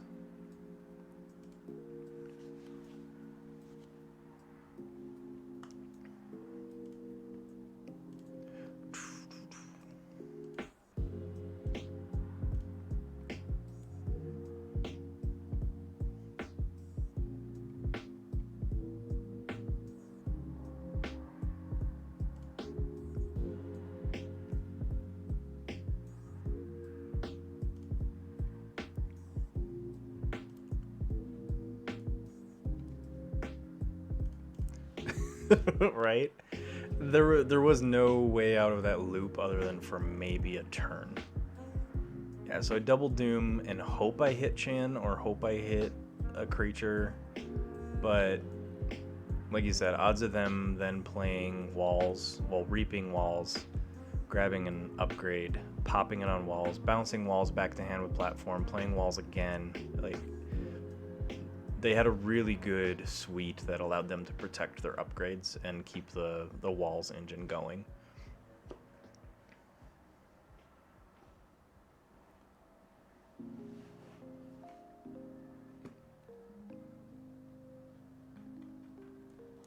And I am playing the Cat Burglar that reconfigures Wisdom. So this is a deck that I played. I played this in an online tournament a long time ago and did terribly because it was adaptive. And I realized this deck can actually bid a lot of chains.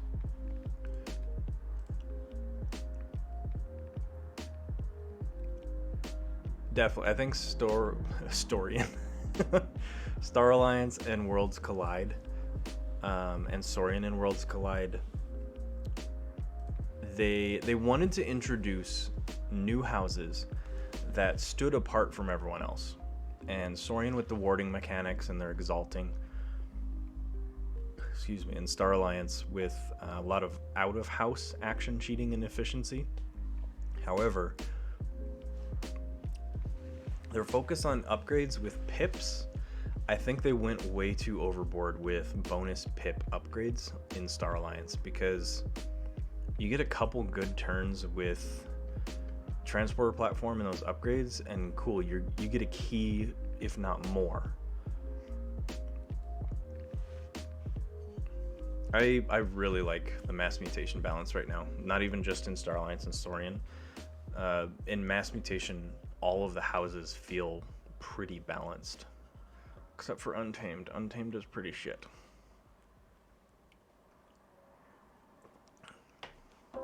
I don't like Untamed in mass mutation at all.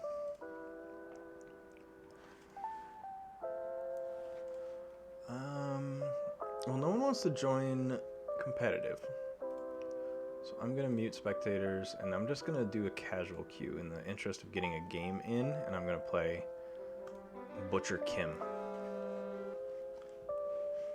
So I'm gonna play my most fun casual deck that has the ability to beat some competitive decks, but not consistently. And I have a really good Harbinger deck. I have one, I have a double, I think it's double Harbinger with, what's the card? It's not a good brain day today, which is probably why I'm not doing so well online. It's, I'm just gonna pull it up. I'm not even gonna embarrass myself here.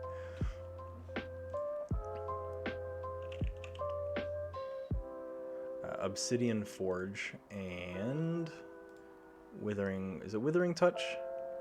The one that kills a creature without Amber on it. Draining Touch. So it has about 4 ways to kill a Harbinger on command on my turn.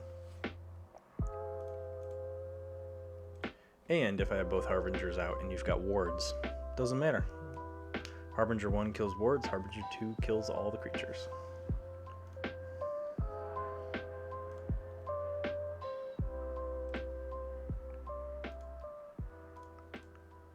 Ooh. Keep. Binary Rupture. So they are playing AOA because this is a Brig deck. I'm trying to look if they have any damage to do 2 damage. They have Carpet Flotsam and Flotsam Spike, which does non-flank creatures, I believe. So I'm going to go...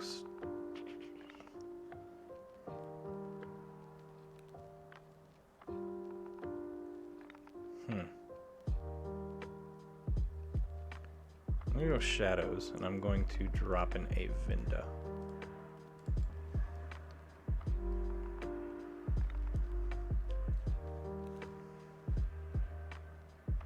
Did they just drop Harbinger as their only creature and then played a whole bunch of bonus Amber cards?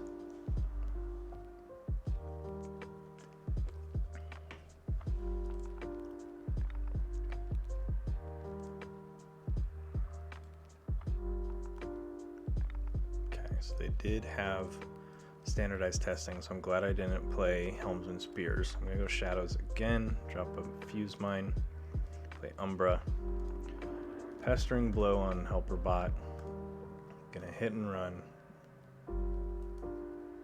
Make sure I do this in the right order. 2 damage there, bounce Umbra, play Umbra again.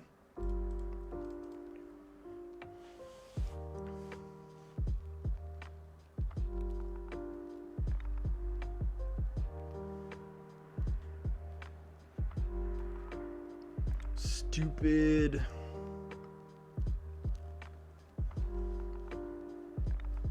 I love Punctuated Equilibrium is my favorite Untamed card. I'm just dying to play against. There's a couple multiple Battle Fleet decks that are going around that are competitive, and I want to find one online, play it, and just hit it with the PE.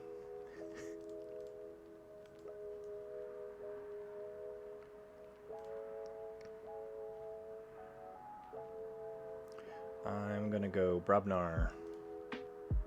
Let's go Pile of Skulls. I will Berserker Slam, and then Grand Nine Toes and Mog Hunter.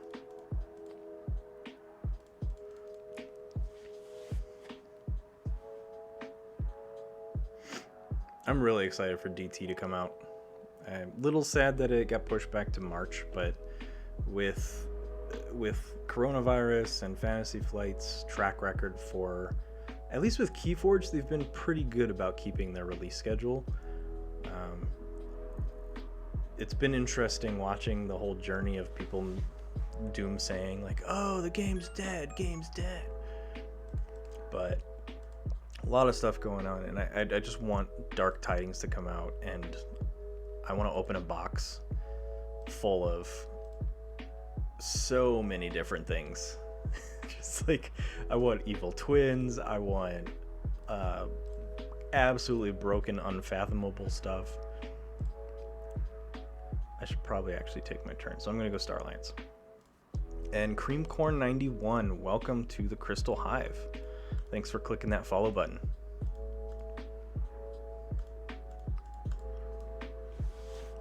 I don't think that Dark Tidings will take too long to actually program it into TCO. They do need to implement the Tide mechanic, but they don't have to do anything like deploy. They don't have to do anything like warding or enraging. It's just programming the Tide mechanic. Yeah, the main problem is so few cards have been spoiled, and I know that multiple content creators have received the same card as a spoiler, which some people are pissy about, but I mean, like, get the fuck over yourself, man. You got spoilers. Meh.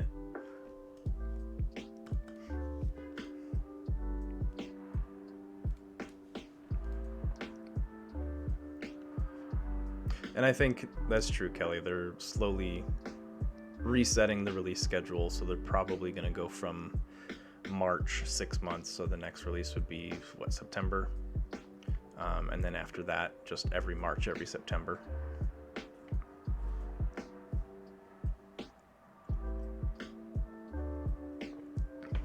Well,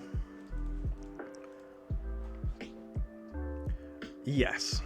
So I've seen, I can't remember the name of the cards. Again, my brain is fried today, but it's a lot more releasing in different languages. I don't know if that's fully on FFG or if that's FFG not properly trying to accommodate COVID around the world and just assuming that their translators were good.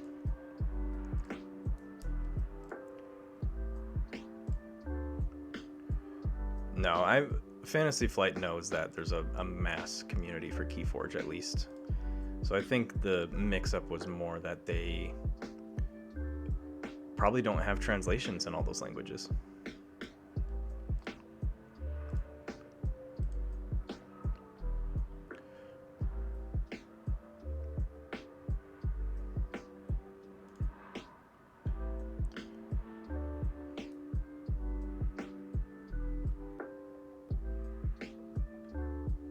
I don't know what my opponent's doing here.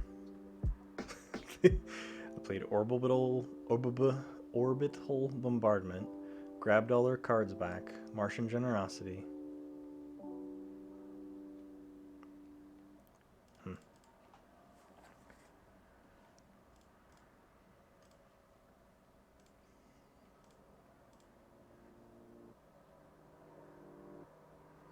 Well, we're assuming what, that they push 7 months between each set instead of 6, so they go March, October, then May, then November, right? Or it would be May, December, but once the I don't know if they're really hell-bent on keeping that schedule, though. Yeah, right, Mortimus? Just no big deal, just a casual... I personally can't tell if this is Chinese, Korean, whatever. It's an Eastern language, so I don't know. But yeah, just a casual brig. Well, it's not even just Genka; it's brig Genka. So you know, casual queues, right? And here I am playing a casual queue. And then I actually played a casual deck in a casual queue, even though today was intending to be, you know, fully competitive decks.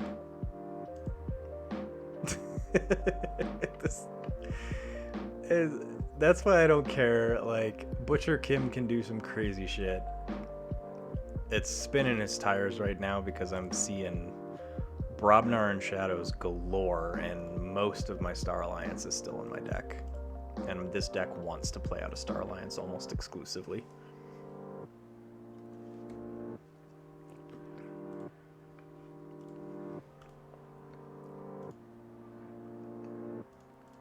Armageddon Cloak, Blinding Light.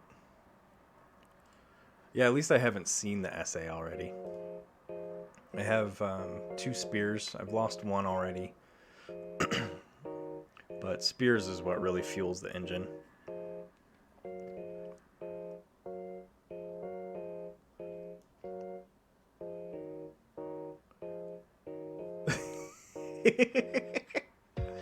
Yeah. There's all kinds of fun stuff to deal with here. Brobnar. I don't want to drop Ragwarg yet. Let's go barn raising, cause fuck you.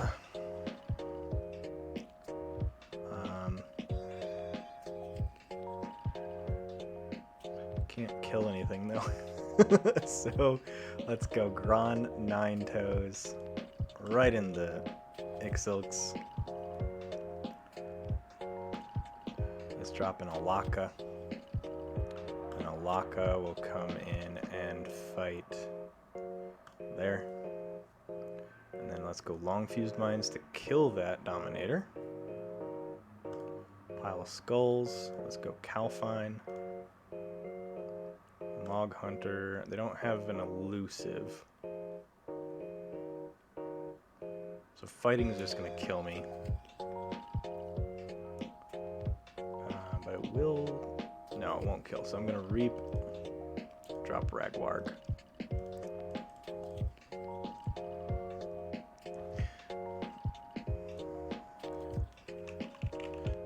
Forgot to change that notification. Now there's a subscribe button. I'm going to entice you all to click subscribe instead of just follow.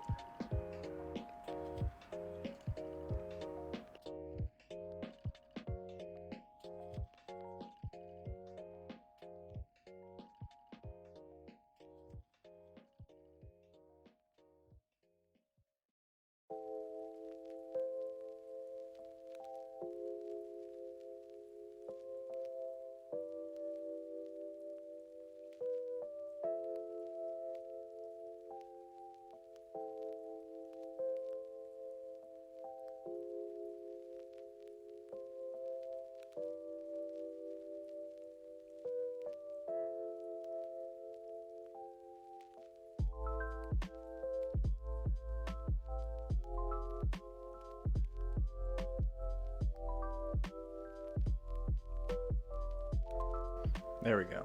Tweaked that message. Subscribe! Let's go. Star Alliance.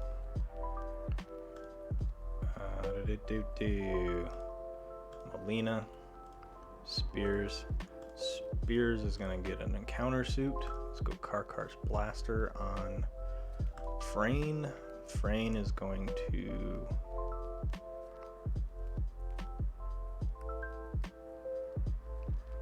Reap. Let's use their first Karkar's Blaster. Let's do 2 damage there. Then we're gonna go Frayne, capture, stun, and take 2 damage. I do have to say, I really don't care if you subscribe, but Goober Bunny will gouge your eyes out. Don't cross her. Who am I kidding? I want you to subscribe. The more people that subscribe, the more money I have for... She will! The more money I have to pay for emotes, as Mortivis demands.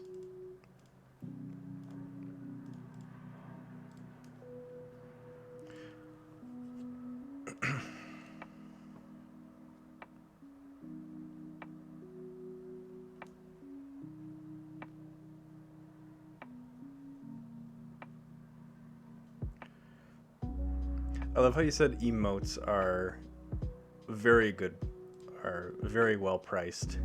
15 bucks for one. Those things are like 28 pixels by 28 pixels.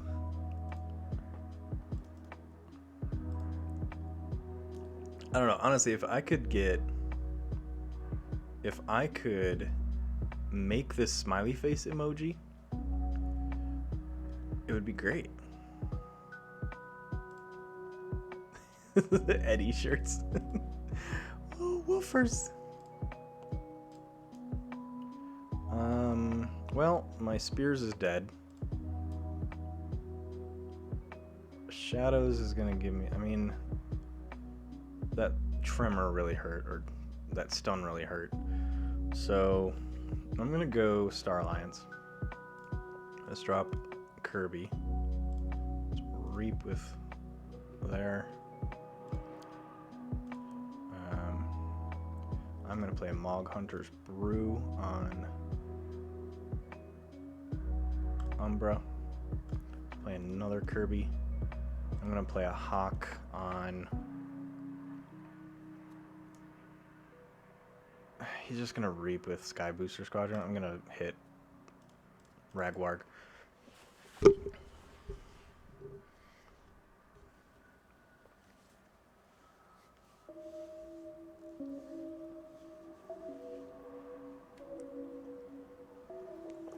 Well, there's the brig.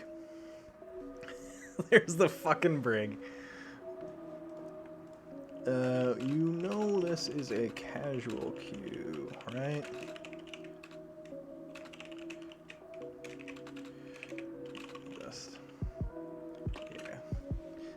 Yeah. I'm gonna egg them on here a little bit.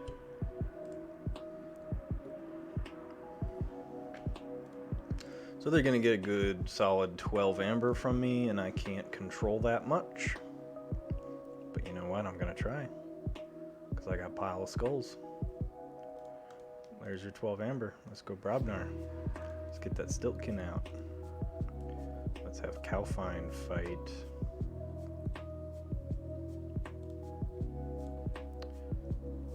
Yeah, Lion Botrom. Calfine will take one. Mog Hunter will take one. Calfine. Stiltkin's going to fight right there. Interesting. Forgot that the Armageddon Cloak gives hazardous. Remove stun.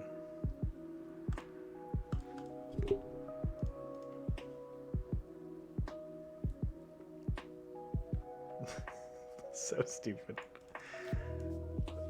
Whatever.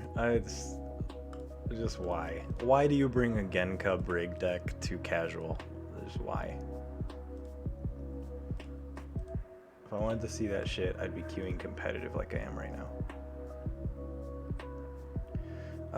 Well, in the interest of trying to win more games than losing today, I'm going to go back to the decks that won me games today. So I'm going to play Late Smith of Belberg. Casual play has no formal limits on the decks you can play. I'm going to play whatever I want, but I'm just having fun.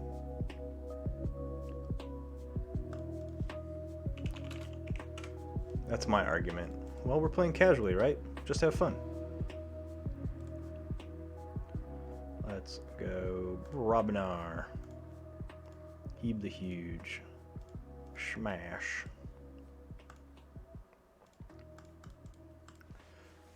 Oh, I know. Fragile egos are very much a thing, and unfortunately it is almost all men. Which a large... Actually, not the majority anymore, but a large portion of gamers are men with fragile egos.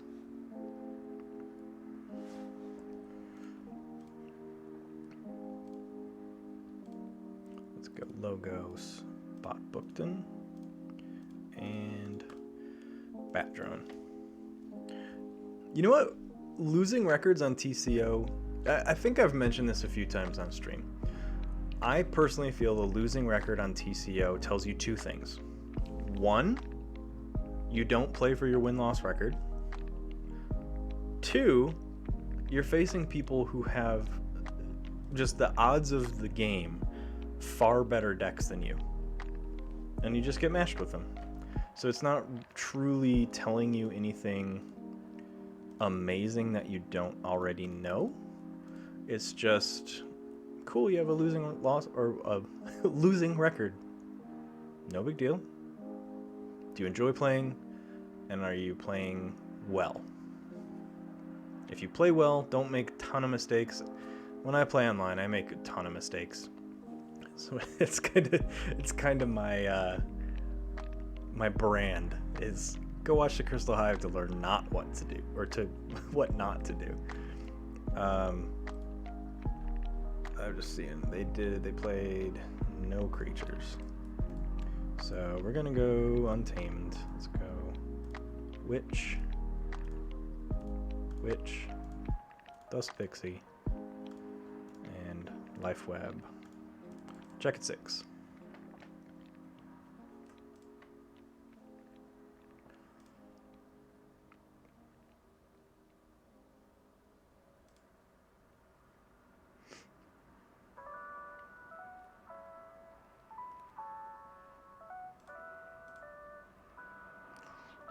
So I killed my witches. Bitches killed my witches. Let's go Logos. To Twin Bolt Emission. Hit those guys. Draw a card. Sloppy lab work. Let's archive. Let's archive Flaxia and discard Crump. Check at 7.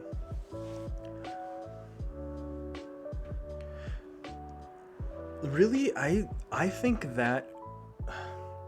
So here's my take on the Amber Shard system, right?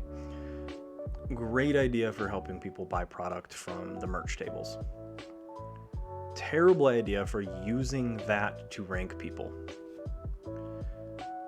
Using people's Amber Shards to rank them just proves who spent the most money on the game. Who traveled to the most tournaments, who's bought the most decks. Of course you're going to get better Amber Shards the higher you place, but you're also sitting there like... You're just sitting there twirling your thumbs bragging about, haha, I have more money than you. Well, that's my take from this, is that it should be in place of. I want to get Flaxia. I do not want to give them enough Amber.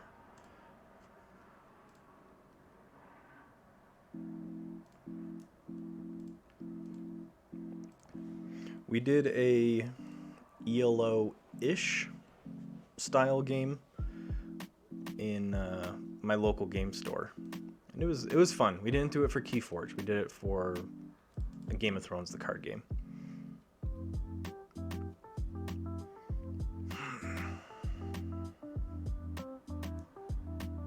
Well, fuck it. I have to get this.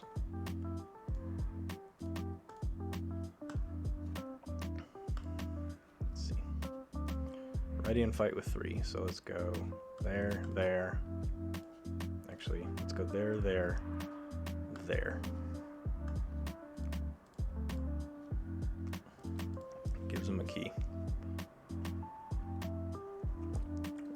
And don't get me wrong, honestly, it's probably me being a little bitter, but at the point Keyforge competitive play really started kicking off, my wife and I were nowhere in a financial situation where we could travel to Vault Tours.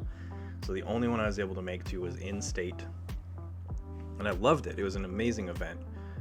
Met all kinds of fun people, cool people, people I still talk to, but traveling out of state gets very expensive. And unfortunately, the career field I'm in, I will never have the opportunity to,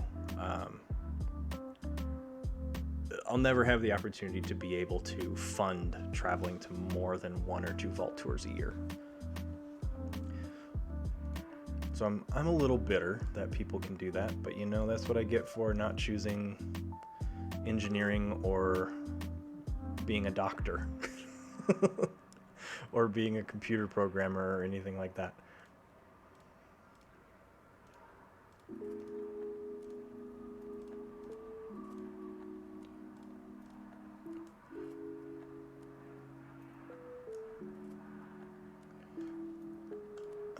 Let's see, I'm gonna bounce you, and bounce the Stealer Souls.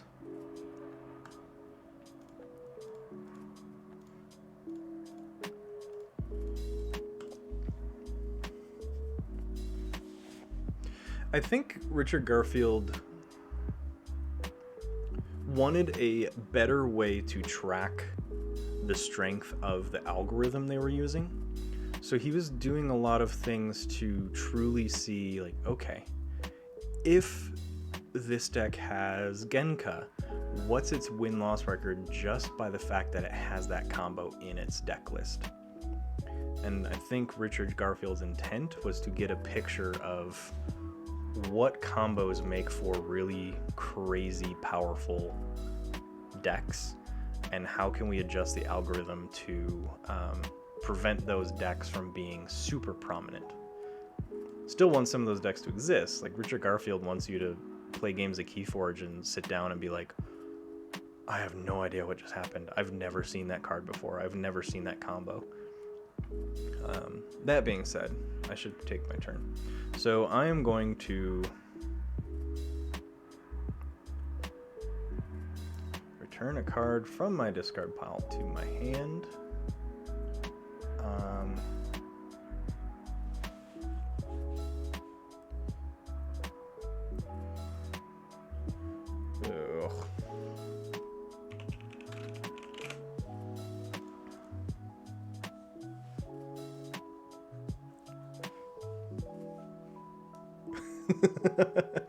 Yeah, you absolutely caused the coronavirus outbreak.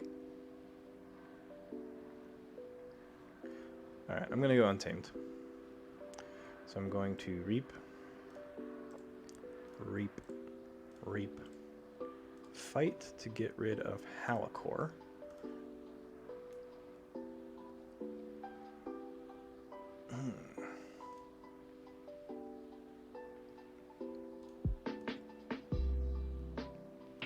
Then let's reap,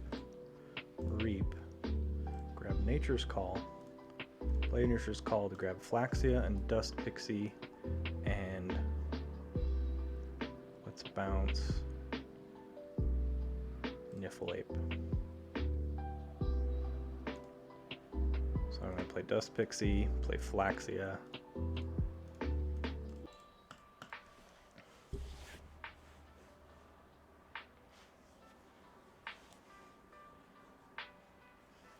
I was thinking about, could we road trip to Texas for a vault tour, and ultimately just work schedules and finances didn't work out to it, but it's not a terrible drive or flight to get there from Colorado. So I was thinking about it. Once the world settles down, we'll see what it might entail. Honestly, all they have to do is reap here with Schuler, and I can't do anything.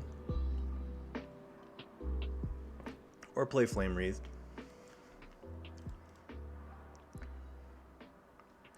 Yellow key. Turned out to be a closer match than I thought. This is why I wish this deck had a key cheat.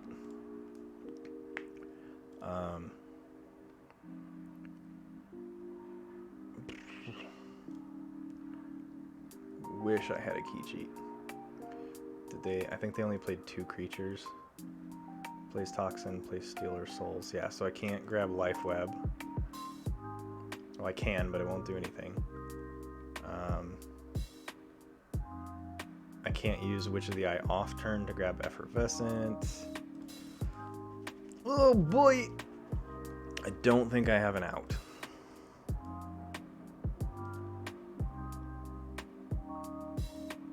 I think the best thing to do here is just call Untamed again.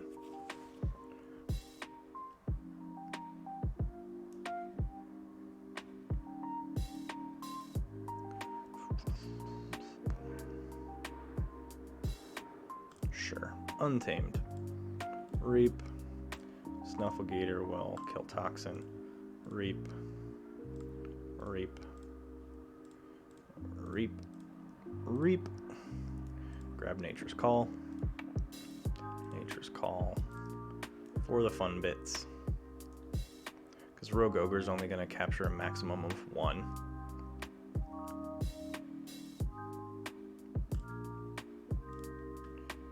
And then Flaxia and Dust Pixie.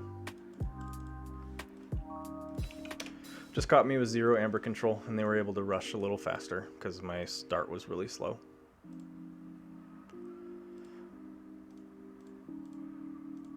Probably one more match. No, I would have been able to pull it away from them if they were at 8 Amber. They went to 9. They went up to 9 and the key cost was 8, so Rogue Ogre would have just captured 1.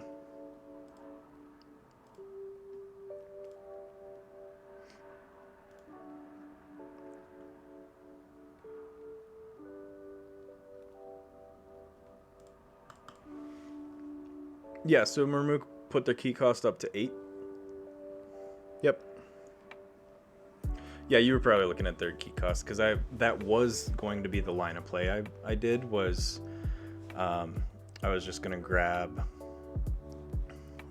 on that aspect, I probably would would have played Brobnar to fight their board down, or Reap as needed, and then let Rogue Ogre, because I could have just played Smith as my single card, put me in the check, and then Rogue Ogre would have captured 1. But if they didn't have that, I can't remember, the upgrade they put on in their dis turn.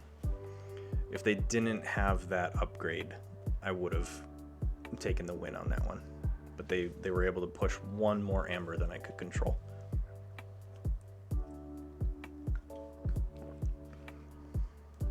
But this will probably be my last match for the day. I'm going to go back to Crow of Barracks Camp Monument.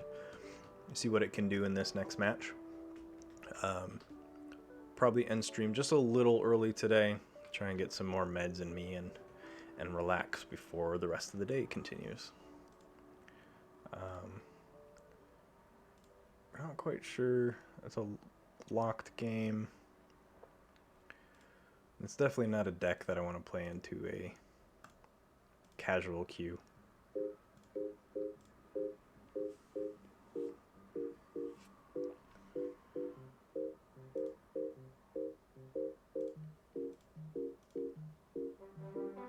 we go. I've played against this player before. We'll see what Crow can do.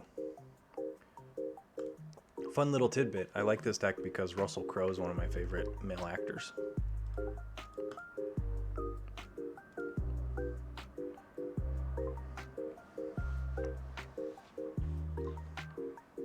Let's see what they're going with. They're playing Mass Mutation. With the cards they have, I'm trying to look at.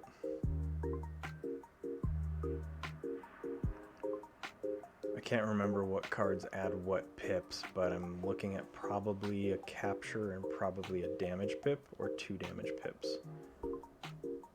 They do have a borrow, so I need to be wary of my up or my artifacts.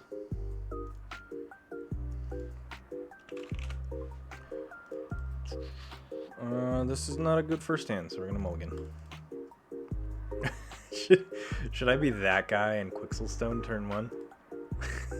It's gonna hurt me way more than it will hurt them. Nah, let's go Star Alliance. I'm gonna play Wells. Sorry, Walls.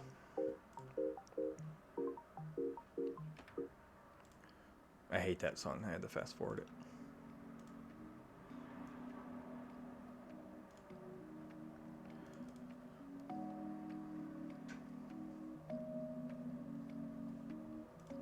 Good old Dark Wave and a Rad Penny. So I'm gonna go Star Alliance. Let's go Kirby to Zap.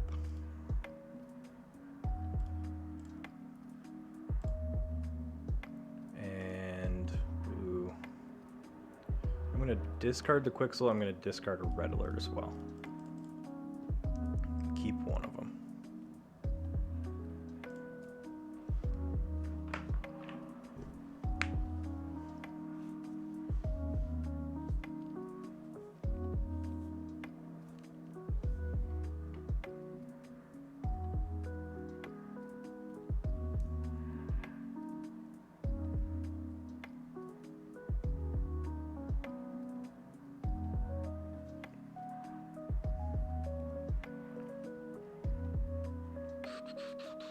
I guess let's go.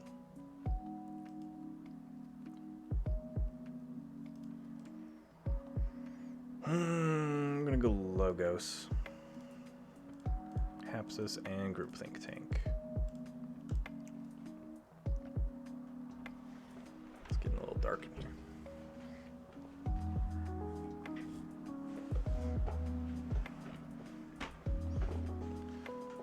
Pretty nice Untamed line. The Perilous Wild won't hurt me at all. I hope they drop some of their Shadows creatures. They had a couple that had Elusive. They're going Dis.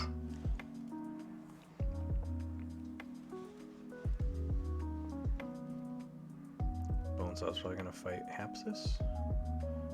Maybe just Reap. Nope, fighting Hapsis. So they're playing, at least with the mindset of board control.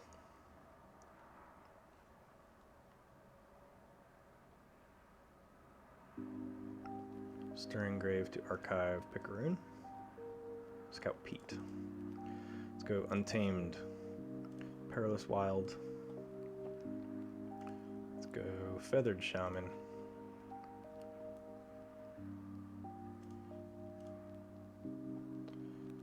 Let's play you to the right. It's Regrowth. I'm going to grab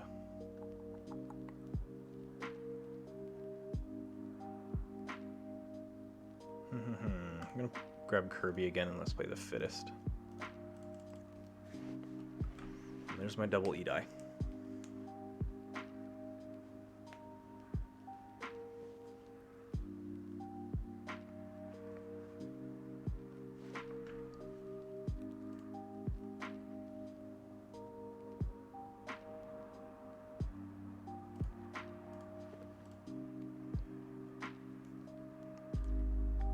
Well, this God, I'm just never gonna play a good graph today because it just got discarded.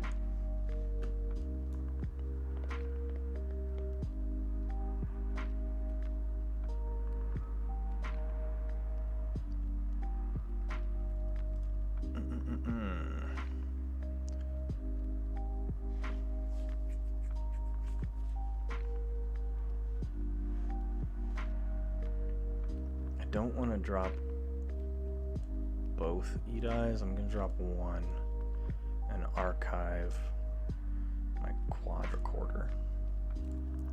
And then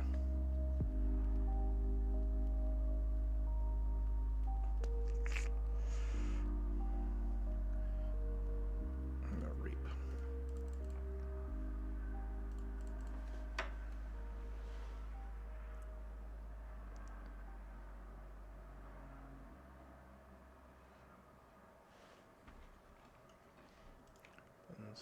I'll zoom in.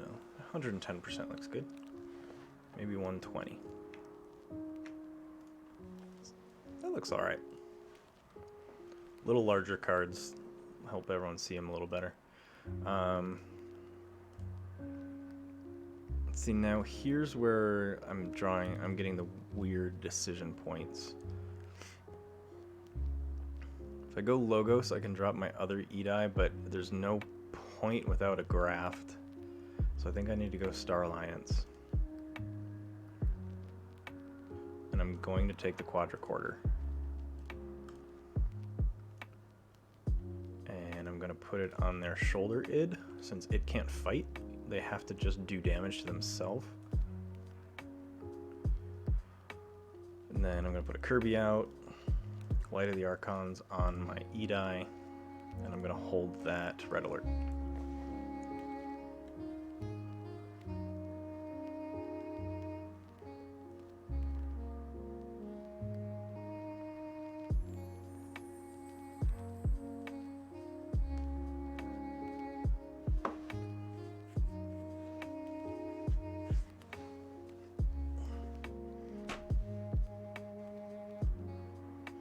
And they did play their Borrow, which I do have the transporter platform available, which is really nice.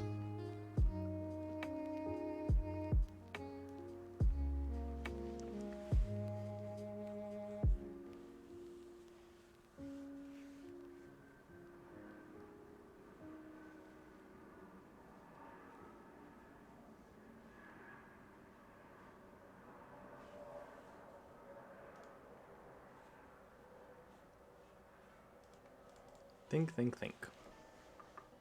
They're going Dis. Guilty Hearts and a Gateway. Okay. That's alright.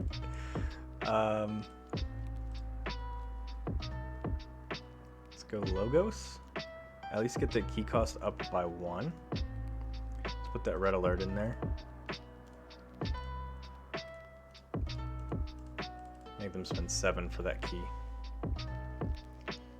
And they're choosing not to use Amber from their safe place.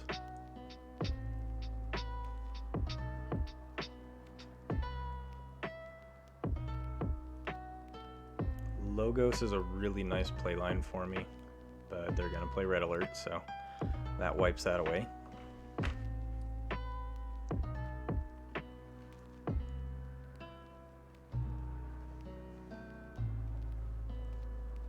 Got rid of Shadowsaurus.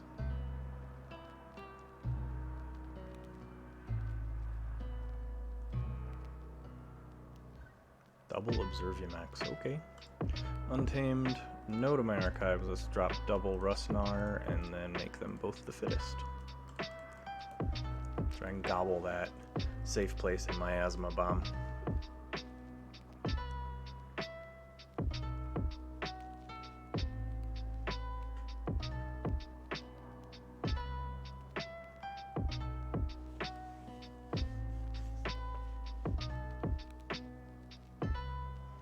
Star Alliance.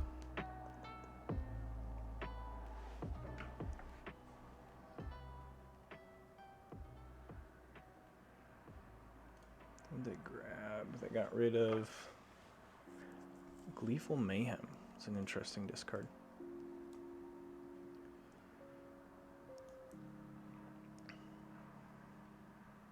Can't reap. That's fine. I want to fight with them anyway.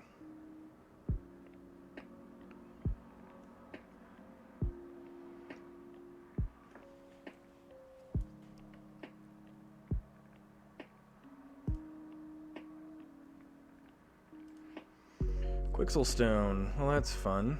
So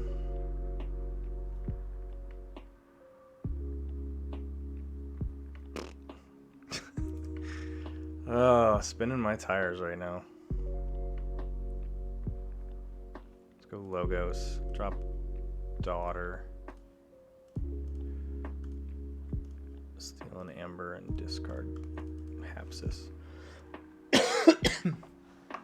See, I feel the problem is I don't have a deck that has strong enough board presence or enough bonus pips to make playing Quixel worth it. It definitely slows the game down, but I don't feel like I have cards that can support Quixelstone going down when there's a small board.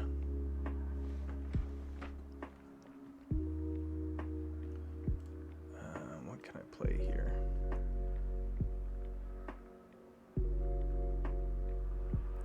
I could borrow. Borrow would be hilarious to grab their safe place. I'm doing it. Let's go Untamed. No to my archive. So first, I'm going to play Mustik Murmook.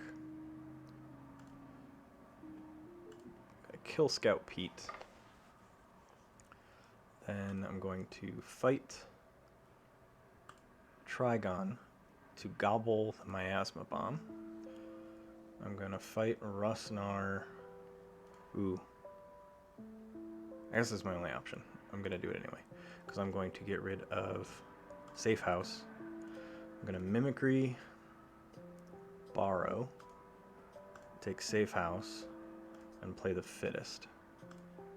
So I'm at 6 of 7 right now.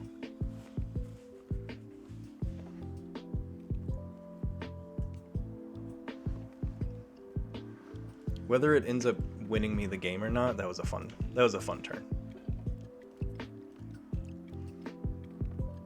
I love, God, Mimicry is such a good card. I think I originally hated on Mimicry at, I think, Coda release. Because I was just like, the chances of having a card in their discard when I want to play Mimicry. And that was before I truly understood, like, no, you should just hold your cards. And Mimicry is one you wait until you've got a good play with it.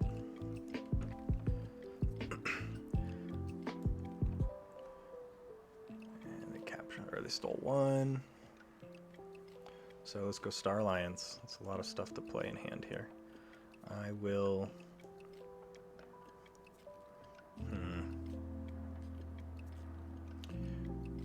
No, Red Alert's not going to do anything for me here, so I'm not going to take it.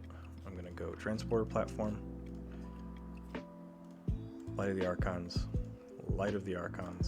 and Stealth Mode. So I'm going to check 9 of 7.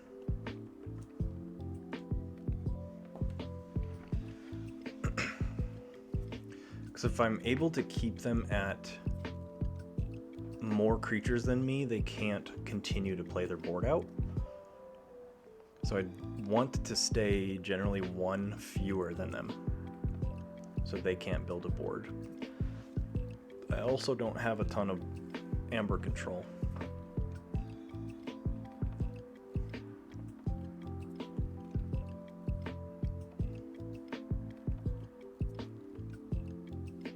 I drew Mimicry again.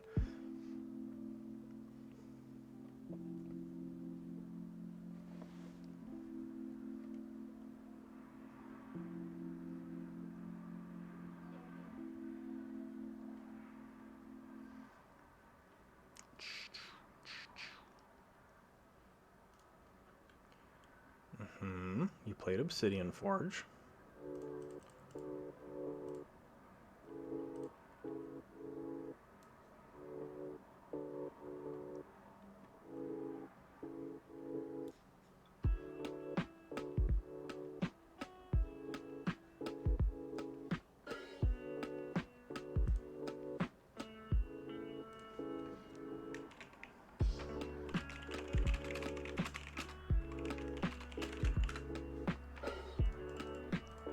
Opponent's just saying that they forgot I played Stealth Mode. Let's play 2 there. Forge the red key. So now if I bounce my Mustik Murmook they are not going to forge. So if I go Star Alliance and I take my, I'll take my archive.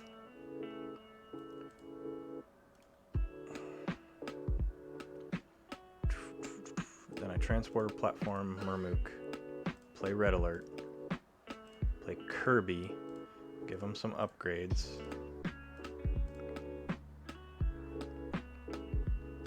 Now what do they have in their discard? They've got a Gleeful Mayhem. I don't want to play that. I could play a Cauldron Boil.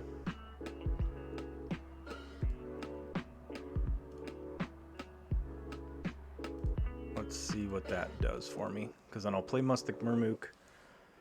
Key cost will go to 7. Ideally.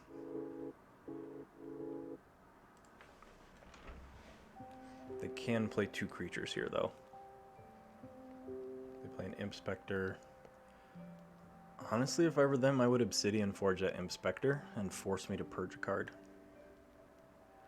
Because they're never going to get enough creatures to make their Obsidian Forge give them a free key.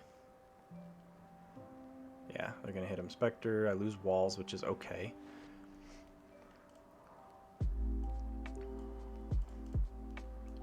Drekker.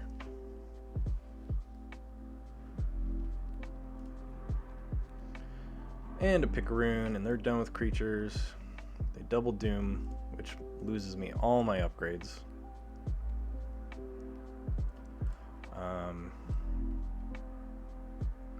Gleeful Mayhem will be great, because then I can copy, or then I can hit Drekker, which Picaroon will be 0. But I can also Mustic Murmook that.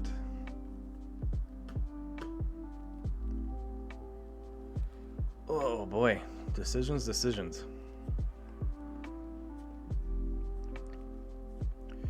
I think if I go, let me Star Alliance, I'm trying to think this out. So if I play Kirby, that'll give me a free play of Entropic Swirl, which then I can hit Picaroon, get 2 Amber, kill it. I'll bounce Kirby, play Kirby again, which then will give me a copy of Mimicry, and then I can play Gleeful Mayhem. So let's do Star Alliance.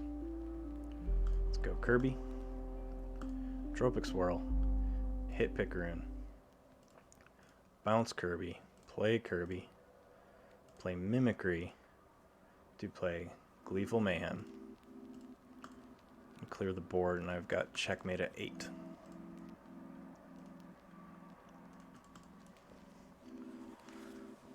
Mimicry did some work this game. Whether I win or not, Mimicry is definitely the MVP right now. And they're Radpenny, and that's it. Whoo boy! That was a close one.